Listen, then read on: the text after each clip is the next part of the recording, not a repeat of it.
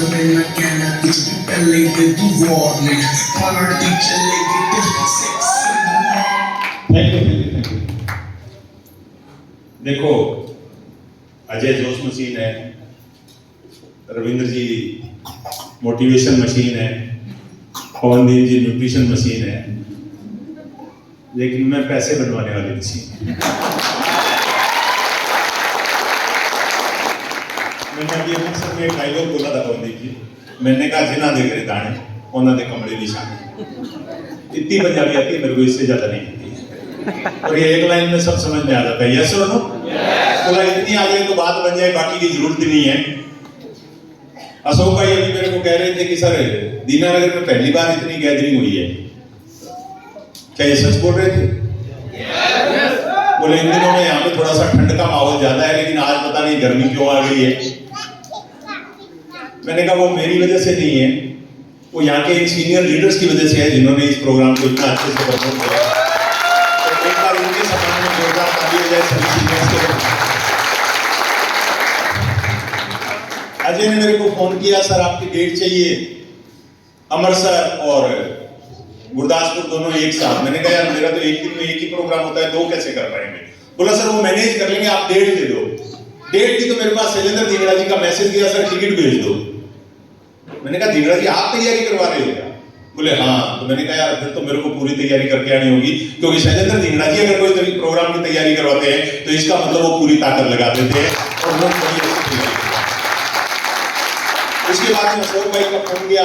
अशोक भाई ने बोला सर आप हमारे घर बता रहे हो तो हम तो इस बार पूरी ताकत लगा देंगे, और पूरी ताकत के साथ। और मेरे को अभी पता चला, मैंने इधर स्टेज पे देखा जसरोटिया मैडम जम्मू से आए हुए हैं, राजेंद्र जी दयाला तक से आए हुए हैं, बहुत सारे अलग अलग एरिया से साथी आए हुए हैं।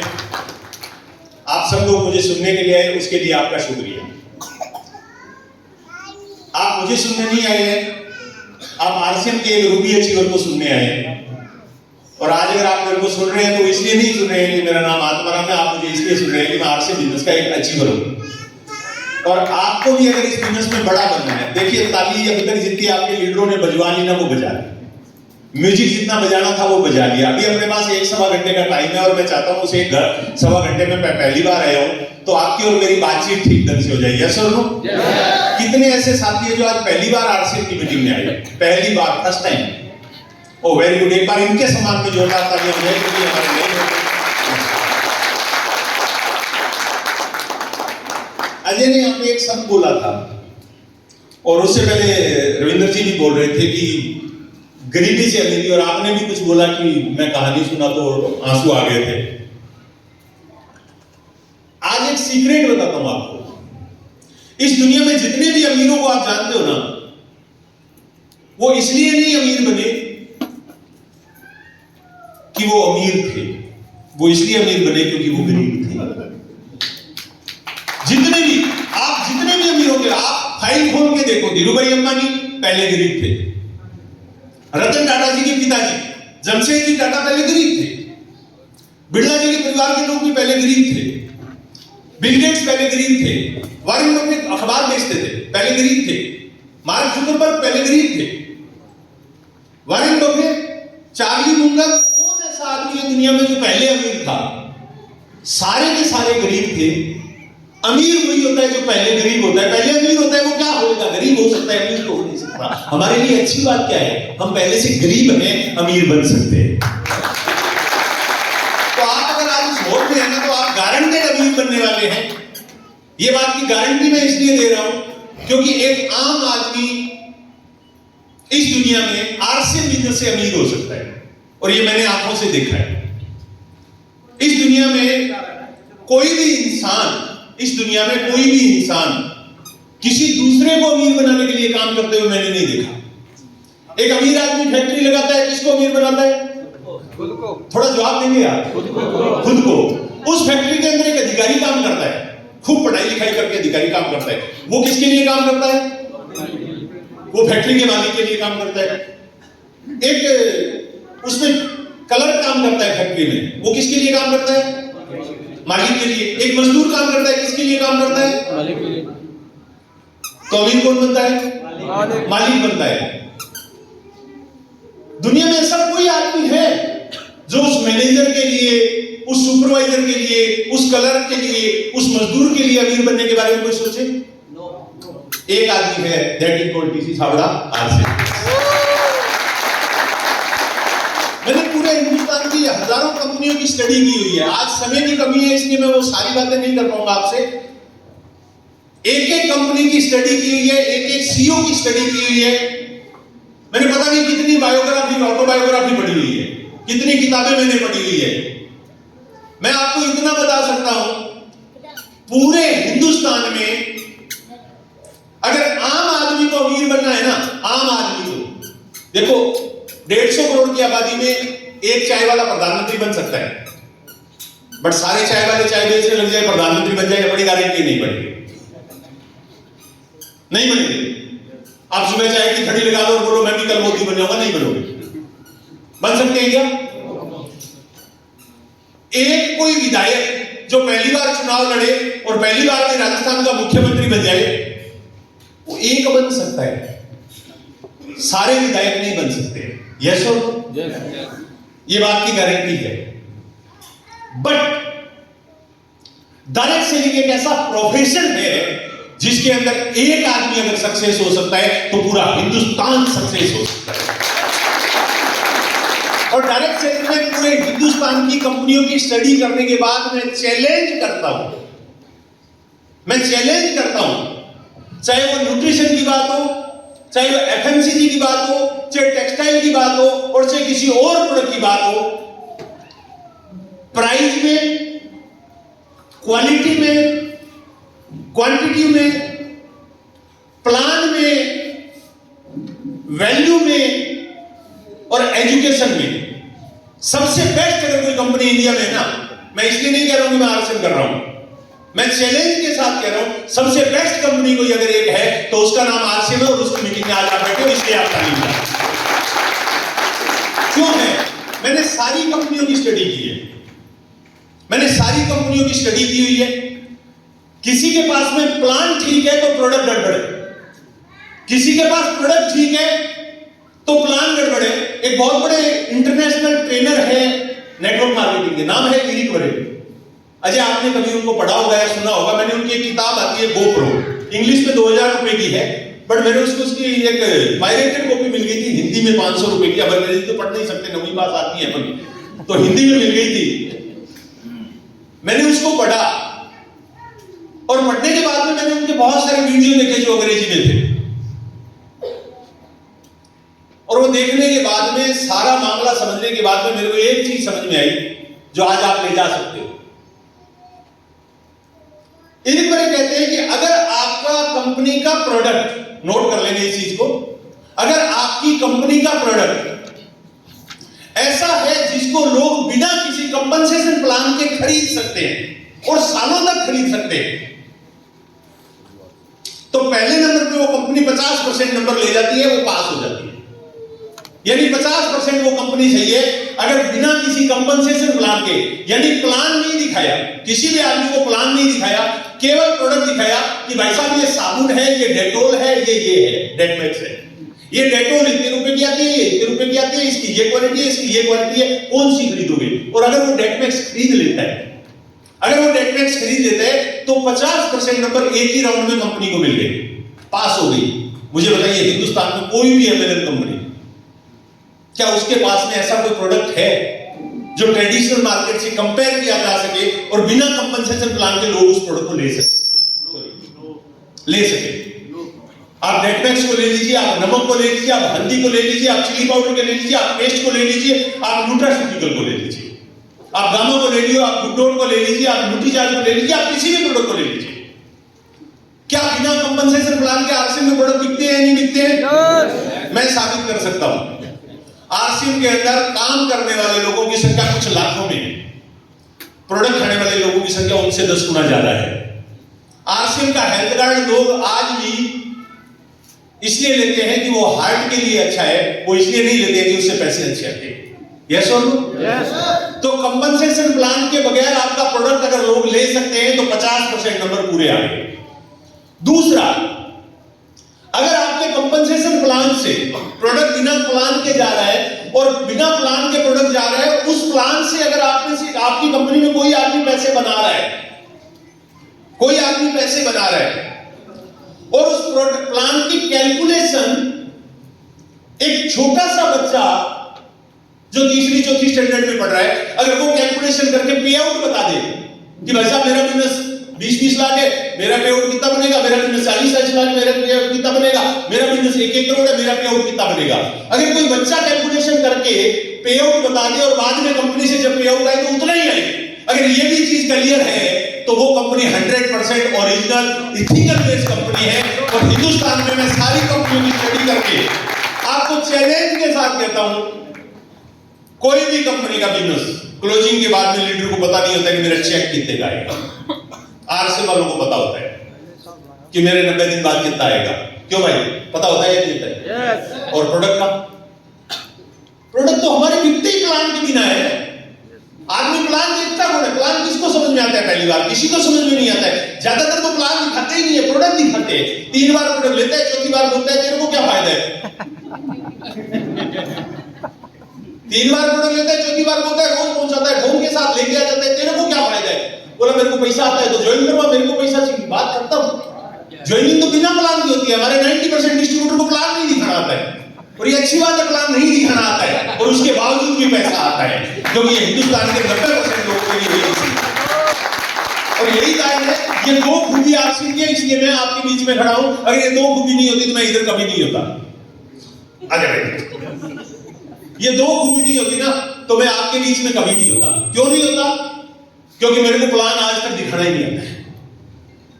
मेरे को आप अभी बोलो प्लान दिखा दो, मेरे को नहीं दिखाना। और मेरा हर प्लान एक नया प्लान होता है। मैं मुंह देख के प्लान दिखाता हूं। आप थोड़े ठीक ठाक लग रहे हो, मैं आपको ठीक ठाक दिखाऊंगा। एक कोई रोया हुआ लटका हुआ दिख रहा है, मेरे को लगता है ये ज्वाइन तो करेगा नहीं, टाइम पास कर रहे हैं, नक्की घर में कुछ करते हैं। एक एक्साइटेड दिखता है तो मैं प्लान छोड़ ही देता हूं, उसके एक्साइटमेंट में उसके साथ लग जाता हूं। दुनिया में कोई भी प्लान परफेक्ट प्लान नहीं होता है, और कोई भी प्लान बढ़िया प्लान नहीं होता है। बढ़िया प्लान वो है जो आप दिखा रहे हो, और घटिया प्लान वो है जो आज तक आपने कभी दिखाया नहीं। तो प्लान दिखाना आसान है, और प्लान से पहले प्रोडक्ट दिखा दो तो फिर प्लान दिखाने की जरूरत ही नहीं है। और ये 2 क्वालिटी मेरी है। मेरा नाम आत्माराम है, जानते हो सारे लोग? हाँ, सारे लोग जानते हो, क्योंकि आपको मेरा नाम ही बता के बुलाया गया है। यस और नो? सारे लोग मेरा नाम जानते हो, मेरा नाम आत्माराम है। इसका मतलब आप मेरा काम भी जानते होंगे। यस और नो? नहीं जानते तो चलो मैं बताता हूं। जानते हो तो बताओ क्या नाम, क्या काम करता हूं? आरसीएम करता हूं। इससे पहले क्या करता था? और क्या करता था? और क्या करता था? अब वो अशोक वाली टीम है ना, वो मत बताओ यार। मेरे को पता है, तुम लोगों को मालूम है, क्योंकि तुम मेरे ही चेले हो। इनको बताने दो। मीटिंग इन्होंने ली है कि आपने ली है? इन्होंने ली है। मजाक कर रहा हूं यार, ताली बजा दो। नाम मेरा आत्माराम है दोस्तों, मजाक कर रहा हूं, आपके साथ रिलेट करता हूं, इसलिए थोड़ा सा आपसे ये बात कर रहा हूं। नाम मेरा आत्माराम है, राजस्थान के अंदर श्री गंगानगर डिस्ट्रिक्ट से बिलोंग करता हूं। सर प्रोडक्ट की जरूरत नहीं पड़ेगी, पड़ा रहेगी, बस इतना बहुत है, इतना बहुत है। राजस्थान के श्री गंगानगर डिस्ट्रिक्ट से बिलोंग करता हूं। जब मैं 2 साल का था, दुनिया से मेरी मां चली गई दोस्तों। पिताजी ने पाल पोस के बड़ा किया, बड़ा लाड प्यार उन्होंने मेरे को दिया, क्योंकि 5 बच्चे मेरे से पहले पैदा हुए थे और 5 मर गए थे। मैं छठा पैदा हुआ था, और 7वीं मेरी बहन पैदा हुई तो मेरी मां की डेथ हो गई थी। तो पिताजी ने पाल पोस के मुझे बड़ा किया, मां का प्यार, पिता का प्यार, जो कुछ भी मेरे लिए कर सकते थे किया। जब मैं छोटा था ना, तो मेरे पिताजी मेरे को एक बात बोलते थे, बेटा जिंदगी में मौका मिले ना तो पढ़ लिख के अमीर आदमी बनना। उन्होंने मेरे को ये नहीं बोला डॉक्टर बनना, वकील बनना, इंजीनियर बनना। उन्होंने कहा पढ़ लिख के अमीर आदमी बनना। क्यों? वो गरीब थे। तो मेरा बचपन से एक ड्रीम बन गया था कि मुझे अमीर आदमी बनना है। 5वीं क्लास तक मैं गांव में पढ़ाई किया। उसके बाद 6ठी क्लास में एक सूरतगढ़ सिटी है हमारे वहां पे राजस्थान में, तो वहां पे मेरे एक अंकल जी थे, वेटनरी डॉक्टर थे। तो मेरे को 6ठी क्लास में वहां पढ़ने के लिए भेज दिया कि शहर में थोड़ी पढ़ाई लिखाई ठीक होती है। तो 6ठी 7वीं 8वीं क्लास में अंकल जी के पास पढ़ा। तो अंकल जी के पास जब पढ़ा तो मैं देखता था कि मेरे पिताजी गांव में रहते हैं, खेती करते हैं, बड़ा एक मुश्किल भरा जीवन जीते हैं। मेरे चाचा जी वेटरी डॉक्टर है और वो सूरतगढ़ सिटी में रहते हैं और एक अच्छी जिंदगी जी रहे हैं। तो मेरा एक ड्रीम बन गया कि मुझे डॉक्टर बनना है, और डॉक्टर भी मुझे ह्यूमन का बनना है, वेटरी का नहीं बनना है, यानी पशुओं का नहीं बनना है, इंसानों का बनना है। क्योंकि इंसानों वाले की जिंदगी उससे भी अच्छी होती है, पशुओं वाले डॉक्टर से भी अच्छी होती है। डंगर डॉक्टर क्यों बने, आदमियों का डॉक्टर बने ना यार। तो मैंने वो ह्यूमन डॉक्टर बनने के लिए प्लान कर लिया। एक अंकल थे पड़ोस में, उन्होंने एक दिन पूछा, मुन्ना क्या बनोगे पढ़ के? मैंने कहा अंकल डॉक्टर बनना है मेरे को। डॉक्टर क्यों बनना है? मैंने कहा पिताजी खेती करते हैं, वो गरीब है, उनके सगे भाई मेरे चाचा जी है, वो वेटरी डॉक्टर है, वो पैसे वाले हैं, लेकिन उनके एक दोस्त है जो ह्यूमन के हैं। मेरे अंकल जी मोटरसाइकिल में है, मेरे पिताजी साइकिल में है, और वो जो दोस्त है ना वो कार पे है। इसका मतलब आदमियों का डॉक्टर बन जाऊंगा तो अमीर बन जाऊंगा, कार वाला आदमी बन जाऊंगा। उन्होंने कहा बहुत बढ़िया। छठी क्लास में बढ़िया पढ़ा, 7वीं क्लास में बढ़िया पढ़ा, 8वीं क्लास में बढ़िया पढ़ा। 9वीं क्लास में कुछ परिस्थितियां ऐसी बनी कि मेरे को गांव आना पड़ गया।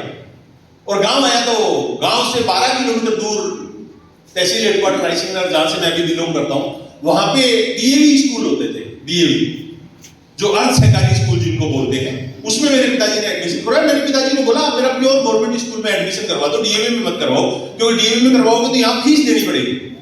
तो पिताजी ने कहा कोई बात नहीं, 400-500 रुपए फीस है, दे देंगे। करवा दिया। 9वीं क्लास में मैं पढ़ लिया। 10वीं क्लास में मेरा एडमिशन हुआ तो मैं बीमार हो गया, और बीमार हुआ तो खूब बीमार हो गया। रूमेटिक अर्थराइटिस टाइप की कोई बीमारी थी मेरी, और जोड़ों से मतलब चलना मेरा दुर्बल हो गया था। बाद में पता चला था कि वो यूरिक एसिड इतना ज्यादा बढ़ गया था कि उसकी वजह से सब मामला गड़बड़ हो गया था।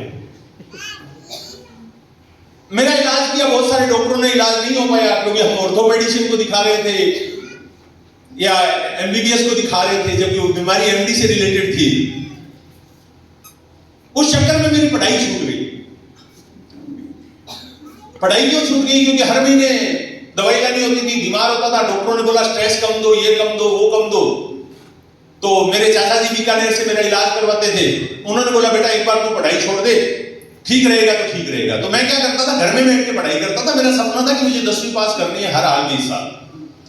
जब 10वीं की परीक्षा आई तो मेरे पिताजी को बोला 400 रुपए चाहिए, वो एडमिट कार्ड मंगवाना है, रिपोर्ट कार्ड वो आता है ना आपका, वो क्या बोलते हैं उसको, प्रवेश पत्र। मैंने कहा वो प्रवेश पत्र मंगवाना है, मेरे को परीक्षा देनी है। तो पिताजी ने मेरे को 500 रुपए दिए, तो मैं बड़ा खुश हुआ कि अरे 400 रुपए दवाई के देने में बड़ी तकलीफ होती है, आज ये 500 रुपए दे रहे हैं, तो पढ़ाना चाह रहे हैं। लेकिन वो खुशी 1-1.5 मिनट की थी। देते ही उन्होंने मेरे को बोला तेरी दवाई खत्म हो गई, तू चाहे तो बीकानेर से दवाई ले आ और चाहे तो तेरा एडमिट कार्ड दे आ। अब मैं क्या करूं साहब, जान है तो जहान है, ये बात मेरे को अच्छी सी मालूम है। अगर मैं दवाई नहीं लाता हूं तो डॉक्टर बोलेगा यार दवाई बंद क्यों की, और दवाई लाता हूं तो मेरा सपना टूट जाएगा कि मैं 10वीं की परीक्षा में नहीं बैठ पाऊंगा। मैंने लड़कों को बोला यार स्कूल वालों से रिक्वेस्ट करो मेरा एडमिट कार्ड ला दो, मेरे को पेपर देने, पैसे मेरे पास है नहीं। उन्होंने इस रिक्वेस्ट की, लेकिन उन्होंने वो एडमिट कार्ड दिया नहीं, और मेरी 10वीं की परीक्षा निकल गई। वो बच्चे पेपर घर लेके आते थे, मैं बैठ के पेपर कर देता था पूरा। अगर मैंने उस साल परीक्षा दी होती तो 80% नंबरों से मैं 10वीं पास हो गया होता। थैंक गॉड मैंने परीक्षा नहीं दी, इसलिए मैं 10वीं पास नहीं हो पाया। आज ये बोलता हूं, क्योंकि अगर 10वीं पास हो गया होता तो मामला कुछ खराब ही हो गया होता। सच्ची बता रहा हूं। कई बार हम कहते हैं ना हमारे साथ बहुत गलत हुआ। मैं हमेशा कहता हूं ऊपर वाला जो करता है ना वो सोच समझ के करता है, और आपके लिए सही प्लान करता है। आपको उसकी रजा में कुछ रहना चाहिए, और वो जो प्लान बनाए आपके लिए उस पर आपको चलते रहना चाहिए। प्रॉब्लम ये है हम उससे ही टकराते रहते हैं। मैं भी उस समय टकराया, मैंने अगले साल फिर 10वीं का फार्म भर दिया। अब फार्म भर दिया, पढ़ाई शुरू कर ली, लेकिन वो हर महीने 400 रुपए दवाई के नहीं निकल रहे। एक दिन मेरे एक रिलेटिव घर पे आए और उन्होंने कहा भाई हमारे एक किराना की दुकान खोली है हमने और एक लड़के की जरूरत है, कोई लड़का अच्छा मिल जाए, ईमानदार लड़का मिल जाए दुकान पे काम करने के लिए तो बहुत बढ़िया हो जाएगा। तो मेरे पिताजी उनको कुछ बोलते उससे पहले ही मैंने बोला, मैंने कहा मेरे को ले चलो। बोले आप? मैंने कहा हाँ, मेरे काम धंधा तो खेती में कुछ होता नहीं है, ना जानवरों का होता है ना खेत का होता है, दवाई खाता हूं, बीमार रहता हूं। तो बोले क्या लोगे? मैंने कहा 400 रुपए दे देना। बोले 400 क्यों, 500 क्यों नहीं? मैंने कहा दवाई के 400 रुपए लगते हैं, वो 400 रुपए आप दे देना, बाकी रहना खाना पीना तो आपका रहेगा ही रहेगा। मेरे घर से 76 किलोमीटर दूर शहर है गड़साना, वहां उनकी दुकान थी। तो उन्होंने कहा चलो ठीक है चलो। तो मैं उनके पास चला गया। 6 महीने मैंने 400 रुपए महीना में वहां पे नौकरी की। 6 महीने बाद मेरे को एक बात समझ में आई, ये नौकरी से मैं कभी अमीर नहीं हो पाऊंगा। तो एक दिन मैंने उनको बोला अब सपना तो अमीर बनने का है ना यार, एक बार अगर आपके दिमाग में आ गया कि अमीर बनना है तो सपना तो रहेगा ही नहीं रहेगा। तो सपना तो मेरा था अमीर बनने का, और अमीर मैं बन नहीं पा रहा हूं। अमीर मैं बन नहीं पा रहा हूं क्योंकि 400 रुपए की नौकरी कर रहा हूं, हर महीने 400 मिलते हैं, 400 रुपए से दवाई लेता हूं, 2-3 महीने तो वो थोड़ा बढ़िया लगा, उसके बाद में तो खराब लगने लगी दुकानदार वाले काम। तो मैंने उनको कहा यार मेरे को दुकान में पार्टनरशिप चाहिए, उनका बिल्कुल दे देंगे, 2 लाख रुपए लिया, मेरे पास 2000 ही नहीं, आप 2 लाख मांग रहे हो। बोले बेटा ये तो 2 लाख मैंने इसलिए बोला था कि मुझे मालूम था तेरे पास नहीं है, अगर होते ना तो भी नहीं देता। पार्टनरशिप थोड़ी दे सकते हैं, तनख्वाह बढ़ानी है और बढ़ा देते हैं, 400 के 500 कर देते हैं, नहीं तो तू नहीं देगा तो तेरा भाई कोई और आएगा। मैंने कहा मेरे को तनख्वाह नहीं बढ़ानी है, मेरे को रियल में पार्टनरशिप चाहिए क्योंकि मेरे को पता है इस तनख्वाह से मैं अमीर नहीं बनूंगा। बोले वो तो तू वैसे भी नहीं बढ़ेगा। और दूर के रिश्ते में पहुंची थी, मामा जी लगते थे मेरे, वो बोलते हैं तू वैसे भी नहीं बढ़ेगा। मैंने कहा क्यों, आपने मेरी कुंडली देखी नहीं, पंडित हो?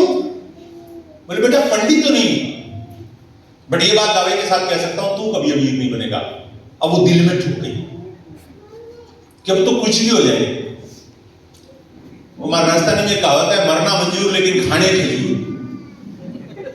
तो मैंने कहा आपको कुछ भी हो जाए, एक घर बसाऊंगा तेरे घर के सामने, दुनिया बसाऊंगा तेरे घर के सामने, कुछ भी हो जाए मामा तेरे को अमीर दिखाऊंगा बन के एक दिन तेरे सामने, एक दिन तो तेरे सामने अमीर बनना है। बट रास्ता नहीं है कोई, अंदर तो आग लग गई, रास्ता नहीं है कोई। अब जैसे आप, मैं दिल्ली में एक ट्रेनिंग में गया था विजय बत्रा जी की 2003 में, बहुत साल पहले, 20 साल पहले। उस ट्रेनिंग में उन्होंने बोला दिमाग पे जोर डालते हो ना तो दिमाग तरीके देगा। दुनिया की सबसे उपजाऊ जमीन किधर है? पंजाब में है, हरियाणा में है, राजस्थान में है, बिहार में है, बंगाल में है, किधर है? ये सबसे उपजाऊ जमीन ये। जो कुछ भी आज जिस दुनिया में आप देख रहे हो ना, वो पहले इधर बना, बाद में इधर बना। यस और नो? सब कुछ पैदा इधर होता है। लेकिन तकलीफ क्या है, हम इसमें जोर नहीं डालते। आधे से ज्यादा लोग तो जैसे पैक लाते हैं ना, वैसे ही पैक ले जाके संभाल के दे देते हैं। बोले तेरा तेरे को संभाल भाई, हमने लाया ही नहीं है। वो बोलते हैं तेरे को यूज करने के लिए दिया था, बोला मैंने यूज नहीं किया, जैसे पैक जैसा था वैसा का वैसा है। तो बोला इस पे जोर डालो, ये तरीके देगा। मैंने इस पे जोर डाला और इसने मेरे को एक दिन तरीका दिया। मेरी दुकान के सामने एक झोला छाप डॉक्टर होता था, बीच में 12 फुट की रोड थी, रोड के उस साइड में एक झोला छाप डॉक्टर होते थे। लूना मोपेड गाड़ी लेके आते थे वो सुबह, और कई बार हमें हाथ पकड़ के उतार के उनको दुकान में बैठाना होता था। क्यों? डॉक्टर साहब थे लेकिन सुबह 2 पाउच पी के आते थे। पाउच, वो थैली में दारू आती थी पहले, पाउच में 20 रुपए की, 92 की बात कर रहा हूं। तो 2 पाउच पी के सीधा सुबह आते थे और हम उनको बैठाते थे, और शाम तक वो 8-10 पाउच पी के दिन निकाल देते थे। उसके बाद में रात में की तरह पीते थे, उसकी कोई लिमिट नहीं होती थी। लेकिन फिर भी उनके पास मरीज आ रहे हैं और दवाई लेके जा रहे हैं। मैंने कहा दुनिया में एक ही प्रोफेशन बढ़ गया है जिसमें लोग आंख मूंद के भरोसा करते हैं। ये बेवड़े के ऊपर भरोसा कर रहे हैं, दारू पी रहे हैं, फिर भी आके बोलते हैं डॉक्टर साहब इलाज आप ही करो। और ये जो भी कहता है वो दवाई लेते हैं, चले जाते हैं और ठीक भी हो जाते हैं। अगर ये काम अपन सीख जाए ना, मजा आ जाएगा। एक दिन मैं गया, मैंने कहा अंकल, बोले हाँ मुन्ना। मैंने कहा अंकल मेरे को डॉक्टरी सीखनी है, सीख सकता हूँ क्या? बोले हाँ, इसमें क्या दिक्कत है? मैंने कहा मैं 9वीं पास हूं। बोले उससे क्या फर्क पड़ता है? उससे कोई फर्क नहीं पड़ता। बोले नहीं तो मेरे को सिखा दो। बोले वो 2 थैली लानी पड़ेगी, पाउच को थैली बोलते थे। बिहार जाता हूं, उधर जाता हूं तो पाउच बोलता हूं, इधर तो थैली बोलूंगा तो अच्छे से समझ में आएगा। तो मैंने कहा वो, बोले वो थैली लानी होगी। मैंने कहा पैसे नहीं है। बोले पैसे तो मैं दे रहा हूं ना। तो मैंने कहा आप भी ले आओ। चला नहीं जा रहा है, तू ला। तो उन्होंने 50 रुपए दिए, मैं पास में ठेका था, उन्हीं की लूना मोपेड लेके गया, 2 थैली ले आया, 40 रुपए की 2 थैली आई, उनको दी तो 10 रुपए वापस देने लगा। तो बोले तू रख ले। मैंने कहा यार क्या बात है यार, आदमी हो तो ऐसा होना चाहिए। थैली ले ली, 10 रुपए भी साथ में वापस दे दिए। अब उन्होंने एक थैली पी और पी के बोलते उधर जाके दुकान पे बैठ जा, मैं जब इशारा करूंगा तो तू आ जाना, बस बोलना नहीं है, ये ध्यान रखना। और जो जो इशारा करूंगा वो करना है तेरे को। मैंने कहा ओके। थोड़ी देर बाद में एक महिला आई, डॉक्टर साहब ऐसे पकड़े बैठे हैं, सुई लगानी पड़ी, बोलती लगाओ डॉक्टर साहब। तो ऐसे लेट गई, मैं इधर बैठा हूं और वो ऐसे लेट गई। तो डॉक्टर साहब बोलते नहीं ऐसे नहीं, ऐसे लेटो। अब वो ऐसे लेट गई तो मेरे को बोलते आया, और सीरीज भर के तैयार लेके खड़े। जैसे ही मैं आया तो बोले चुप। मैं चुप रहा।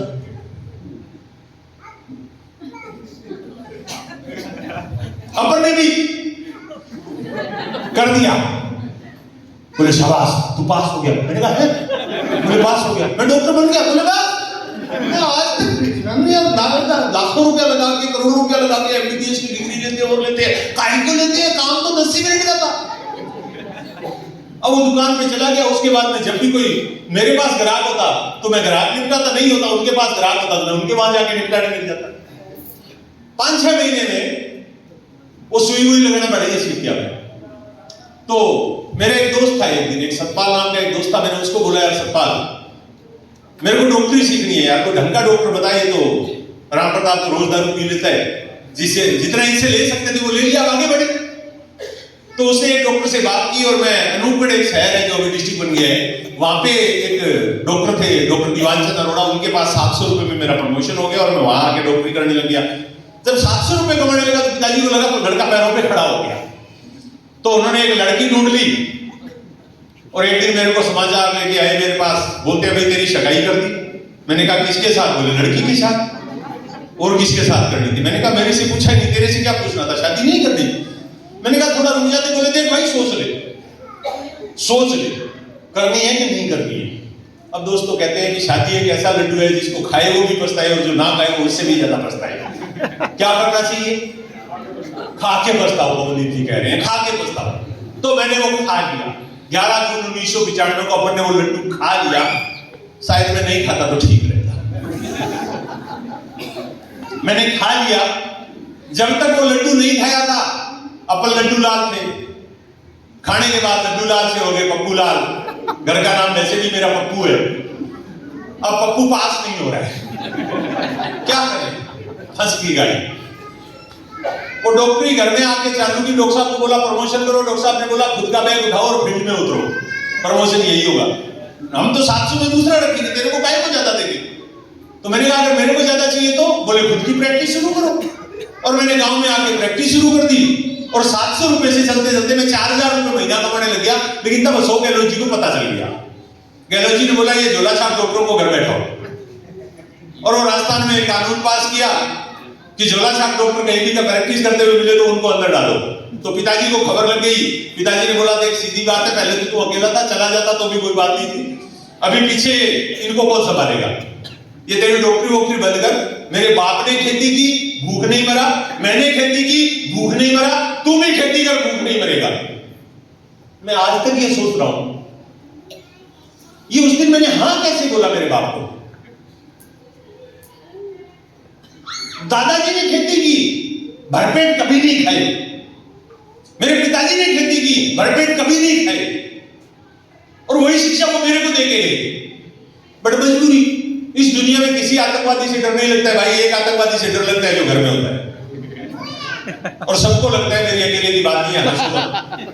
आपको मेरे से ज्यादा डर लगता है। मेरे को तो लाड प्यार में पाला हुआ था, थोड़ा मैं सामने भी बोल सकता था, आपको वो भी नहीं कर सकते। यस सच बोल रहा हूं। खैर पिताजी ने कहा अपने पास ऑप्शन नहीं था, इसलिए अपन खेती में लग गए। पिताजी के साथ खेती करना शुरू किया। पिताजी बहुत सारी जमीन हिस्से में लेते थे, खुद की जमीन होती नहीं थी ज्यादा, इसलिए हमारा घर का गुजारा ठीक चल रहा था। एक दिन अचानक पता चला पिताजी को पीलिया हुआ है। जांच करवाई तो पता चला उनको लीवर में कैंसर हो गया है। जयपुर लेके गए, डॉक्टरों ने बोला ज्यादा से ज्यादा 3 महीने की वैलिडिटी है और 90 दिन में पिताजी की डेथ हो गई कैंसर से। डॉक्टर ने बोला था दिल्ली राजीव गांधी कैंसर इंस्टीट्यूट में इलाज करवा लो, 10 लाख रुपए लगेंगे, क्या पता बच जाए। मैंने पिताजी को बोला तो बोले 10 लाख रुपए कहां से लाए। मैंने कहा जमीन बेच देते हैं। बोले जमीन की सारी कीमत ही 4 लाख है, और 4 लाख की बेच के मैं अगर इलाज करवा भी लिया और बच भी गया तो तेरा पेट कैसे भरेगा? उससे अच्छा है जमीन में भी नहीं बेचते, मेरे गाड़ी का टाइम आ गया, मैं चला जाता हूं, तू तेरी जिंदगी को निपट लेना। पहले एक मेंटोर था जो गाइड करता था, वो दुनिया से चले गए, अकेला हो गया। मुसीबतें जब आती है ना दोस्त तो अकेले नहीं आती है, और जब वो आती है तो बोलकर नहीं आती है, वो अपने साथ कई और मुसीबतें लेके आती है। पिताजी गए, वो एक समस्या थी, लोगों ने जमीन छुड़वा ली, वो दूसरी नई समस्या पैदा हो गई। जो जमीन हिस्से में मिल रही थी वो मिलनी बंद हो गई, और मेरे हिस्से में जो भूमि बची वो राजस्थान की 10 बीघा रेगिस्तानी भूमि बची, और उसमें भी आलम यह था कि पानी नहीं गिर रहा था, इसलिए फसल नहीं हो रही थी। जब आदमी के पास कोई सोर्स ऑफ इनकम नहीं होता है तो आदमी क्या करता है दोस्तों? रिश्तेदारों से और दोस्तों से उधार लेता है। यस और नो? मैंने भी दोस्तों और रिश्तेदारों से उधार लेके काम चलाना शुरू किया, इस उम्मीद में कि चलो यार अगले साल पानी गिरेगा, फसल हो जाएगी, काम ठीक चल जाएगा। पहले साल इनकम ठीक नहीं हुई तो दूसरे साल फिर उधार ले लिया, इस उम्मीद में कि चलो अगले साल तो पानी गिरेगा ही गिरेगा, फसल होएगी ही होएगी। अगले साल की बरसात नहीं हुई 1.5 लाख रुपए का मेरे सिर पे कर्जा हो गया। एक दिन मेरा बचपन का दोस्त इंद्राज मेरे पास आता है, आके बोलता है आत्माराम ये उधार की जिंदगी कब तक जियोगे, कोई काम धंधा क्यों नहीं करते? मैंने कहा क्या काम करूं यार, 9वीं क्लास में पढ़ा हूं, नौकरी तो कोई देता नहीं है, झोला छाप नौकरी करता हूं, सरकार चलने नहीं देती है, खेत में कुछ होता नहीं है, इसके अलावा मुझे कुछ आता नहीं है, तू बता मैं क्या करूं? बोला काम तो मैं बता दूंगा, तुझे करना पड़ेगा। मैंने कहा बता क्या काम है? बोला तेरे गांव में दूध बहुत होता है, तू गांव से दूध इकट्ठा करके 12 किलोमीटर दूर तहसील हेडक्वार्टर राइसिंग नहर है वहां अगर ले जाके बेचे तो तेरा गुजारा ठीक चल सकता है। वो मेरा बचपन का दोस्त था, मेरे साथ पढ़ा हुआ था, 3 किलोमीटर दूर दूसरे गांव में रहता था, दूध बेच रहा था और उसमें सफल था। और जब कोई सफल आदमी अपनी कोई बात बताए तो दूसरे आदमी को समझ में आती है, यस सर नो। उसने मेरे को बताया, मेरे को उसका विचार अच्छा लगा। मैंने कहा यार दूध बेच तो लूं इंद्राज, लेकिन समस्या ये है कि मुझे दूध बेचना नहीं आता। वो बोलता है उसकी फिक्र मत कर, तू मेरे पास आ जा, मैं तेरे को सिखा दूंगा। अगले दिन सुबह मैं उसके गांव चला गया, 2-3 दिन उसके साथ रहा, उसने मेरे को दूध बेचना सिखा दिया। दूध बेचने में क्या है साहब, कोई रॉकेट साइंस नहीं है, 2 चीजें सीखनी होती है। आपको सीखनी है तो मैं भी सिखा सकता हूं। 2 चीजें सीखनी है, कितना पानी मिलाना है, कितना फैट निकलवाना है, यानी अंग्रेजी में बोले तो कितना ब्लैक एंड व्हाइट करना है, सीखे बात करो। मैं 3 दिन में सीख गया। उसके बाद घर में साइकिल थी, उस साइकिल से दूध बेचना शुरू किया। 28 दिसंबर 1998 को पहली बार दूध बेचने गया था और 20 रुपए की दिहाड़ी की थी। 20 रुपए मजदूरी हुई थी, बड़ा खुश हुआ था कि चलो यार 20 रुपए मैंने कमा लिए, 20 के 200 और 2000 भी कर लेंगे। थोड़े दिन बाद में वो 20 रुपए से 30, 40, 50 ऐसे करते करते दूध के बिजनेस में मैं 4000 रुपए महीना पे वापस पहुंच गया था। लेकिन ट्रेडिशनल बिजनेस में एक प्रॉब्लम होती है साहब, जब आप स्टार्ट करते हो ना तो मैदान खाली होता है। उस मैदान में संघर्ष करके जैसे ही आप खड़े हो जाते हो ना तो लोगों को दिखते बड़े अच्छे से हो, बोला वो देखो मैदान में अकेला ही है और मस्ती से पैसे बना रहा है, तो फिर पता नहीं कितने सारे भूत खड़े हो जाते हैं कंपटीशन में। यस और नो? मेरे भी कंपटीशन आना शुरू हो गया। एक लड़का उत्तर प्रदेश से आया, जमीन वमीन बेच के, महावीर नाम था उसका, महावीर नाम था, जमीन बेच के उत्तर प्रदेश से आया। उसको पूरा भारत था, रायसेन सिटी मिला। रायसेन सिटी मिला तो भी कोई बात नहीं, रायसेन सिटी में सैकड़ों गांव है, मेरा गांव मिला। और मेरे गांव में जाके बोलता है दूध क्या रेट बेच रहे? गांव वालों ने बोला 8 रुपए किलो। उस समय लीटर किलो एक ही बात होती है। बोला 8 रुपए लीटर। बोला मैं 10 रुपए लीटर दूंगा। बोला हम तेरे को जानते नहीं। बोला 15 दिन के एडवांस दूंगा। अभी 15 दिन के एडवांस मिले और 2 रुपए लीटर ज्यादा मिले, दूध किसको मिलेगा? महावीर को क्या आत्माराम को? अभी आत्माराम की टंकी खाली। मैं जा रहा हूं, लोग कह रहे हैं कि वो 10 रुपए दे रहा है। मैंने कहा थोड़े दिन दे रहे। बोले जितने दिन दे रहे हैं उतने दिन ले लेते हैं, बाद में तो तू है ही। ये भी बात ठीक है। मैंने कहा पैसे खा के भाग जाएगा। बोलेगा 15 दिन एडवांस दे रहा है। अब मैं क्या बोलूं? अब कुछ घरों को मैंने एडवांस दिया, कुछ का रेट बढ़ाया, बट वो 4000 वाली कमाई 2000 हो गई। जब 2000 हो गई तो मैंने भगवान को अब की बार एप्लीकेशन लगाया। मैंने कहा तू मेरे पीछे क्यों पड़ा हुआ है? 7 अरब की आबादी है धरती पे, तेरे को और कोई नहीं मिल रहा है क्या? जब 2 साल का था, जब बच्चा समझदार होता है, कुछ खेलना कूदना शुरू करता है, जब उसको मां की सबसे ज्यादा जरूरत होती है, तब तो तूने मां को उठा लिया। उसके बाद में थोड़ा ठीक हुआ, पढ़ लिख के कुछ बड़ा आदमी बनना चाह रहा था, तो तूने बीमार करके पढ़ाई छुड़वाई। फिर भी हार नहीं मानी। झोला छाप डॉक्टर बेचारे दारू पीने वाले राम प्रताप से डॉक्टरी सीख के डॉक्टर बन गया, तो तूने सरकार को पीछे लगा दिया। फिर भी हार नहीं मानी, खेती किसानी की तो तूने बाप को उठा लिया कि ये बेचारा खेती करी ना ले। फिर भी हार नहीं मानी, दूध बेचने लगा तो इसको उत्तर प्रदेश से भेज दिया। तेरे पास मेरे अलावा कोई और है नहीं क्या? और मेरे को लगता है उस दिन उसने मेरी प्रार्थना सुनी। ओम शांति ओम फिल्म का शाहरुख खान का एक डायलॉग है, दिल से अगर चाहो तो कायनात साथ देती है। मेरे को भी उस दिन शायद भगवान ने प्रार्थना सुनी। कई दिन बाद में, 5-7 दिन बाद में एक दोस्त का फोन आता है शाम को 4 बजे। मेरे घर में लैंडलाइन फोन होता था। फोन बजा, घंटी आई, मैंने फोन उठाया, कान के लगाया, उधर से आवाज आई, हेलो आत्माराम जी। मैंने कहा हाँ। बोला रामोदार बोल रहा हूं। मैंने कहा हाँ बोलो भाई। बोला क्या कर रहे हो? मैंने कहा कुछ नहीं, दूध बेच के घर पहुंचा हूं। बोला कल मार्केट आओगे? मैंने कहा हाँ। बोला आप मेरे पास आना, मैं आपको एक फ्री का बिजनेस बताऊंगा। क्या बताऊंगा? फ्री का बिजनेस। अब मैं हिंदुस्तानी आदमी था, हिंदुस्तानी आदमी के साथ एक बड़ी प्रॉब्लम है, उसको फ्री में कुछ भी तो लेने को तैयार रहता है। जहर भी दोगे तो ले लेगा, बोलेगा ले लेता हूं, अपने नहीं तो पड़ोसी के काम आ जाएगा। मैं भी भागा भागा उसके पास गया, जाके मैंने बोला बता क्या बिजनेस है भाई? अगले दिन सुबह 9-9:30 बजे का टाइम। तो उसने मेरे को एक गत्ते का पैकेट दिखाया, उस पर लिखा होता आरसी बिजनेस एनएम किट। मैंने कहा ये क्या चीज है? बोले कपड़ा है। मैंने कहा कपड़ा? ये ऐसे कैसे चल गया, वो तो डंडे में आता था। बोला ये नए तरीके का कपड़ा है, इस कपड़े की खूबी है, कपड़ा पहन के आदमी अमीर बन सकता है। मैंने कहा जल्दी दे। पहले तो मैंने उससे पूछा, क्या बोला दोबारा बताना? बोला कैसे? मेरे को डाउट हुआ, मैंने कहा इसने कुछ गोली वोली खा ली होगी, नशा वशा कर लिया होगा ना। मैंने कहा दोबारा बताना। बोला इस कपड़े की एक खासियत है, ये कपड़ा पहन के आदमी अमीर बन सकता है। मैंने कहा देर क्यों कर रहा है, जल्दी दे। बोला 1260 रुपए दे। जैसे ही 1260 बोला 12 कदम पीछे हो गया। मैंने कहा तूने फ्री बोला था। बोला कपड़े के पैसे ले रहा हूं, बिजनेस अपॉर्चुनिटी फ्री में दे रहा हूं, और एक पेपर निकाला और प्लान बताने लग गया। बोला ये कंपनी, ये कस्टमर, बीच में बिचौलिए, या 50 का माल चला, 100 में पहुंचा, ऐसे जोड़ोगे, ऐसे घोड़े। वो 7 घोड़े ऊपर बनाए, 3-4 नीचे बनाए। मेरे को चक्कर समझ में आ गया। मैंने कहा ये बेटा कोई तगड़ा जाल है तेरे को फंसाने का, ये तगड़े वाला गेम है, ये घोड़ों के बीच में तेरे को घोड़ा बनाएगा। कोई आया होगा, इसको किट दे के गया होगा, और ये किट दे को टिकाने वाला है, और अब तुम बच लेना। और अपन ने अपना ढक्कन बंद कर दिया। दुनिया ने 2 चीजें खुलने पे काम करती है, दिमाग और पैराशूट। अपन ने अपना दिमाग बंद कर दिया। अभी बंद कर दो तो इसमें कुछ नहीं घुसे। अब वो बेचारा आधे पौने घंटे तेरे को समझाता रहा, तेरा ऐसे हो जाएगा, तेरा ऐसे हो जाएगा। अपन ने घुसने ही नहीं दिया। एक बात समझ में आ गई थी, ये जोड़ा जोड़ी का काम है, और जोड़ा जोड़ी के काम में बेटा फंस गया ना, दोबारा कभी नहीं निकलेगा। जोड़ने से बने। पौने घंटे तक उसने मेरे को बताया। पौने घंटे बाद बोलता है चाय पिएगा। समझ में उसको ही आ गया था नहीं जुड़ेगा। बोलता है चाय पिएगा। मैंने कहा पैसे लेगा? बोले यार क्यों शर्मसार कर रहे हैं यार, चाय के कोई पैसे थोड़े लेते। मैंने कहा फ्री का बता के तूने बुलाया था, 1260 मांग रहा है, क्या पता चाय का भी कोई पैसा वैसा ले तू। चाय के पैसे लेगा? बोला नहीं लूंगा। मैंने कहा तो फिर पिला दे। बोला मैं बोल के आ रहा हूं। मैंने कहा बोलना क्या है, यही से आवाज लगा देगा 2 चाय भेजना। बोला मैं बोल के आ रहा हूं, 18 सितंबर 2002 की घटना है। बोला बोल के आ रहा हूं, अदरक वगैरह डाल के बढ़िया बना के भेजेगा। मैंने कहा जा अदरक डाल के ला, अपना क्या करता है, पैसे तेरे लग रहे हैं, जैसे मर्जी बनवा के ला। अब वो गया, जाके उसको चाय का बोला। थोड़ी देर बाद में एक छोटा सा लड़का आया, गाना गुनगुनाते हुए आ रहा है, आज मौसम बड़ा बेईमान है, आने वाला कोई तूफान है, और 2 कप चाय रखी और चला गया। जैसे वो लड़का सड़क के उधर निकला, एक लंबी सी स्टीम कार आके दुकान के आगे खड़ी हुई। एक गोरा चिट्टा आदमी बाहर से कार में से निकला, दुकान में घुसा, मेरे से हाथ मिला के बोलता है हेलो आत्माराम जी, क्या हाल चाल है? मैंने कहा साहब आप मेरे को कैसे जानते? बोले आपको कौन नहीं जानता, इतना बढ़िया दूध बेच रहे हो, जान में पहचान, तू मेरा मेहमान, जिंदगी में पहली बार मुलाकात हुई है, इतना बढ़िया दूध बेचता हूं मैं, आपको पहले से पता है।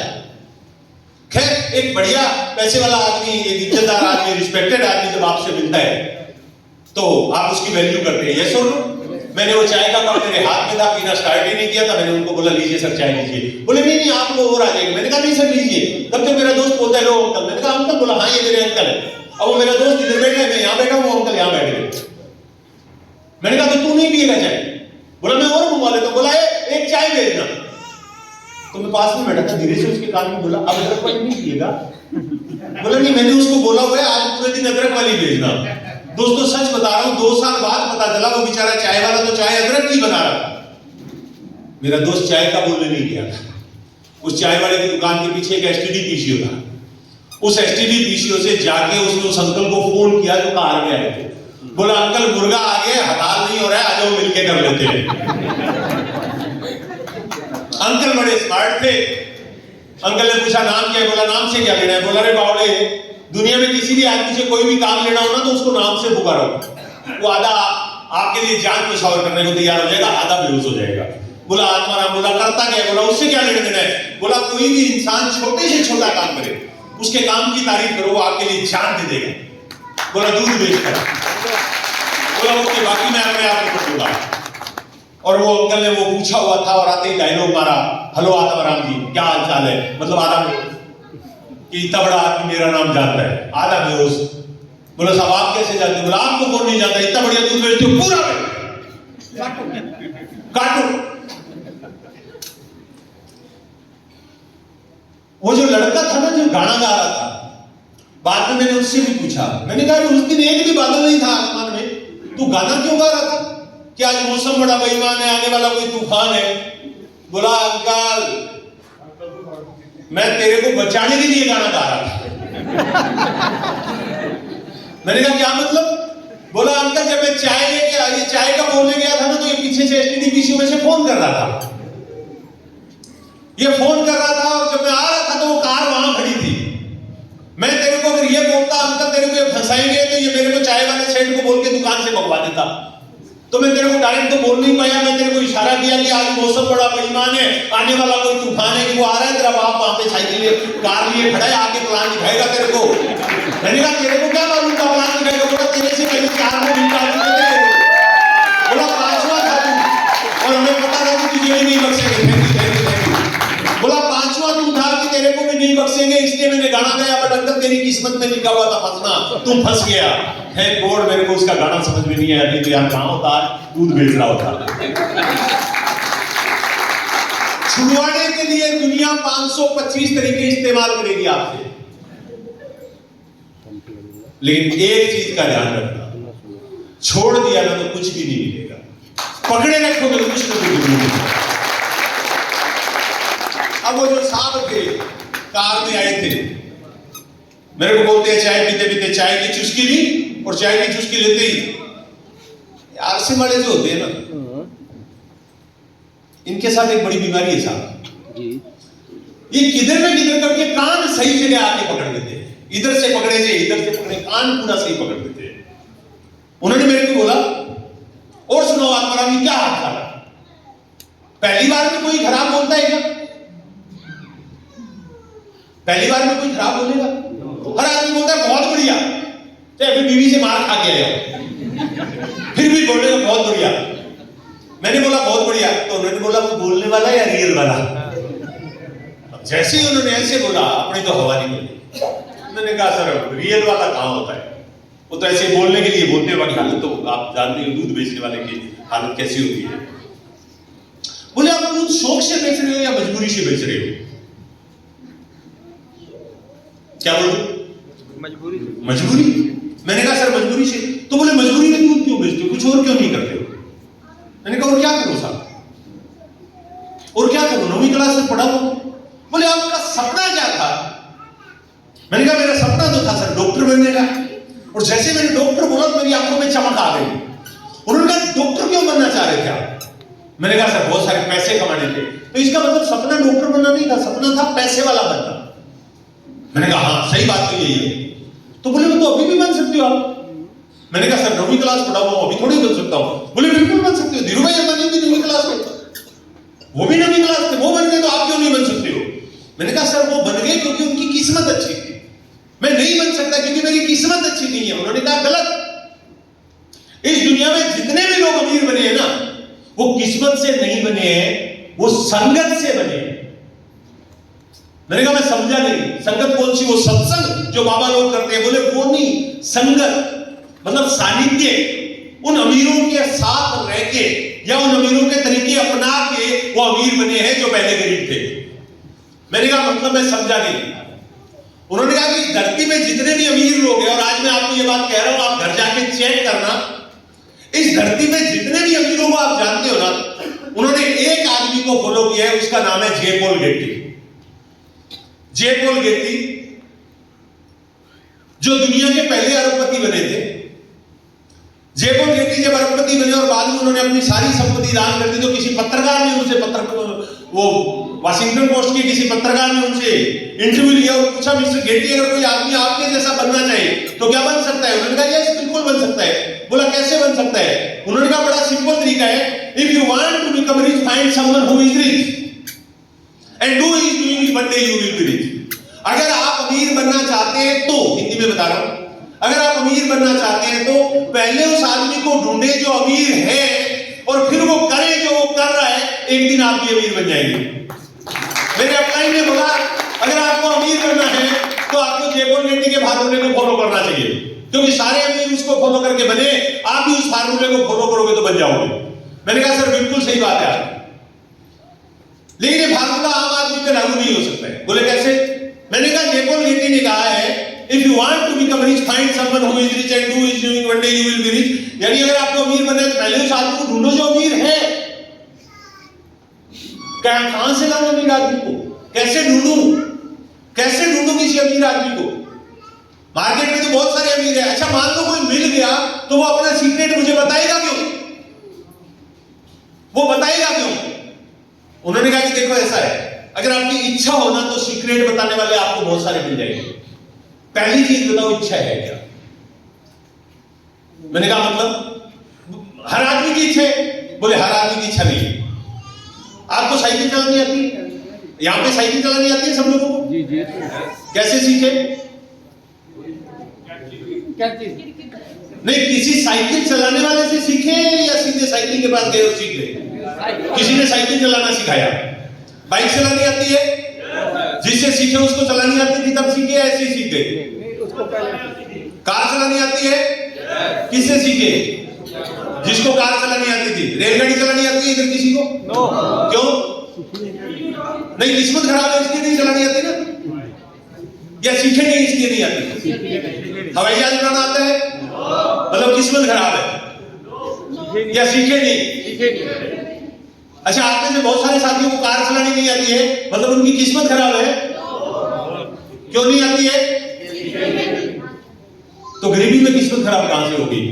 गरीब इसलिए क्योंकि अमीर बनना सीखे नहीं।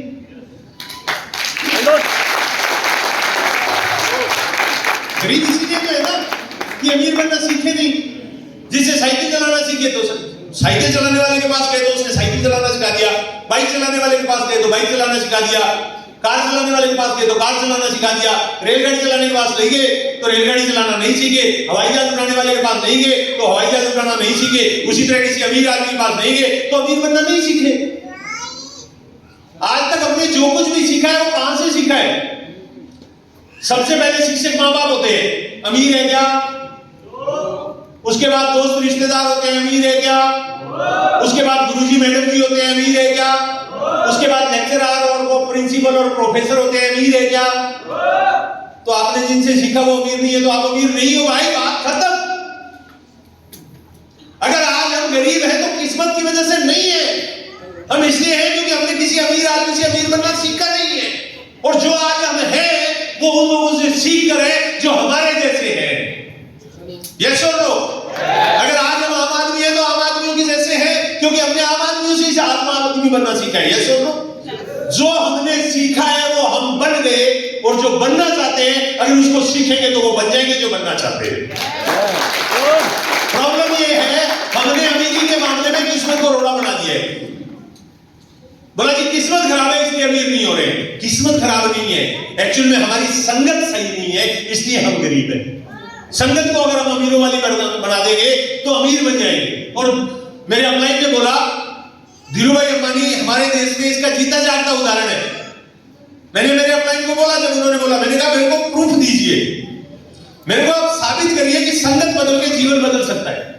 और तब उन्होंने मेरे को धीरूभाई अंबानी के बारे में बताया। बाद में मैंने उनकी ऑटोबायोग्राफी पढ़ी तो उसमें भी मैंने देखा धीरूभाई अंबानी कहते हैं कि एक अरब देश में पेट्रोल पंप पे पेट्रोल भरते थे, मान लेते हैं दुबई में पेट्रोल भरते थे, 100 दिरहम उनको उस समय मिलते थे, अपन मान लेते हैं 100 रुपए मिलते थे।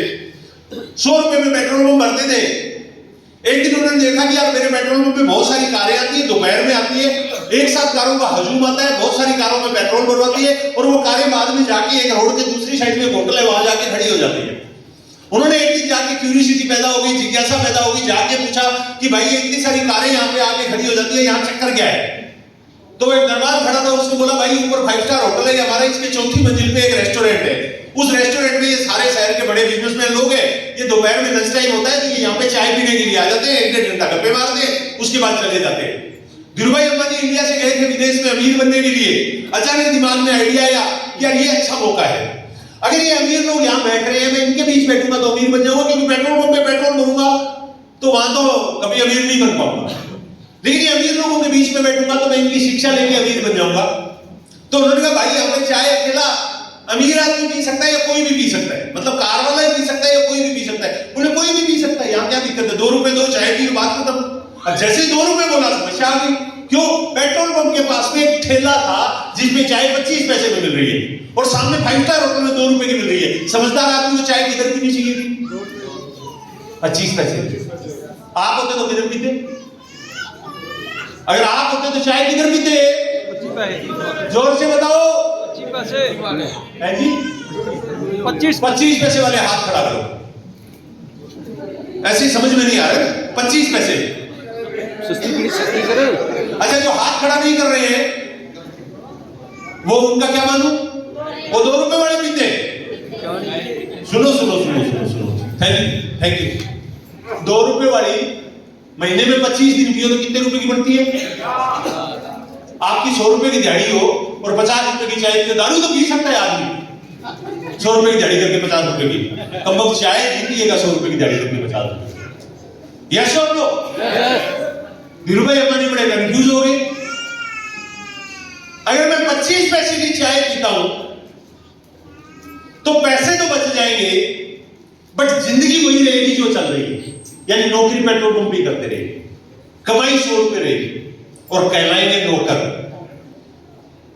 अगर 2 रुपए वाली चाय पीता हूं तो भी जिंदगी पेट्रोल पंप पे पेट्रोल भरने वाली रहेगी, लेकिन एक चांस है कि गोरे के साथ काला बैठेगा, रंग नहीं तो बुद्धि जरूर आ सकती है। क्या पता यहां से कुछ आइडिया मिल जाए, कुछ अक्ल मिल जाए और अपन भी बिजनेसमैन बन जाए। 50% कमाई सिर्फ इस बात पे रिस्क लेके खर्च कर देना विदाउट एनी श्योरिटी, अरबों में एक आधा कर सकता है, हर आदमी नहीं कर सकता है जो धीरू भाई अंबानी ने किया। पहली चीज, वो एक स्कैम 99 देखी थी क्या आप लोगों ने? हर्षद मेहता वाली मूवी। वो कहता है रिस्क है तो इश्क है। यस और नो? इस दुनिया में 99.999% लोग रिस्क ले ही नहीं सकते, ले ही नहीं सकते, और इसीलिए 99.999% लोग कभी अमीर हो ही नहीं सकते। धीरू भाई अंबानी ने रिस्क लिया, 2 साल लगातार उधर चाय पी। मजे की बात यह है, पहले दिन वो पूछ के अगले दिन चाय पीने गए, लोगों ने बोला होगा बहुत बढ़िया काम कर रहे हो। पेट्रोल पंप पे 6 लड़के और थे साथ में, उन्होंने क्या बोला होगा? शाबाश अंबानी, तू कुछ करेगा, हमें तेरे पे भरोसा है, यही बोला होगा ना? नहीं बोला। उन्होंने दोपहर में चाय का टाइम हुआ, 5 गए ठेले पे, बोला रे अंबानी किधर है? तो रविंद्र जी जैसे किसी ने बोला, वो तो कल कह रहा था उधर 5 स्टार में चाय पिएंगे ना तो अमीर बन जाएंगे, उधर चलते हैं। बोला है चाय कितने की मिलती है? बोला 2 रुपए की। बोला दिमाग खराब है, वो 2 रुपए की चाय पिएगा? बोला हाँ। महीने में कितने दिन पिएगा? 25 दिन। कितने रुपए की पिएगा? 50 रुपए की। कमाएगा कितने? 100 रुपए। 100 में से 50 चाय में उड़ाएगा? बोला हाँ, इसलिए बोला अमीर बनने के लिए। अरे वाह, बड़ा दिमाग खराब हुआ उसका। अब वो आ रहा है तो सारे उसका मजाक उड़ा रहे हैं। बोला देखो देखो करोड़पति आ रहा है, साइड दे देना भाई, करोड़पति आ रहा है। जैसे आरसीएम ज्वाइन करते ही आप प्लान दिखाने जाते हो, थोड़े दिन बाद कैसे होता है, लोग बाग आपका मजाक उड़ाते हैं ना। मेरा भी मजाक उड़ाया था। एक बात याद रखना, जिस काम में आपका मजाक उड़ाया जा रहा है ना, उसी काम में आपका नाम बन सकता है। जहां मजाक नहीं उड़ेगा वहां नाम नहीं उड़ेगा, याद रखिएगा। नौकरी लग जाती हो, मिठाई बढ़ती है, यस और नो? अमीरी आती है क्या?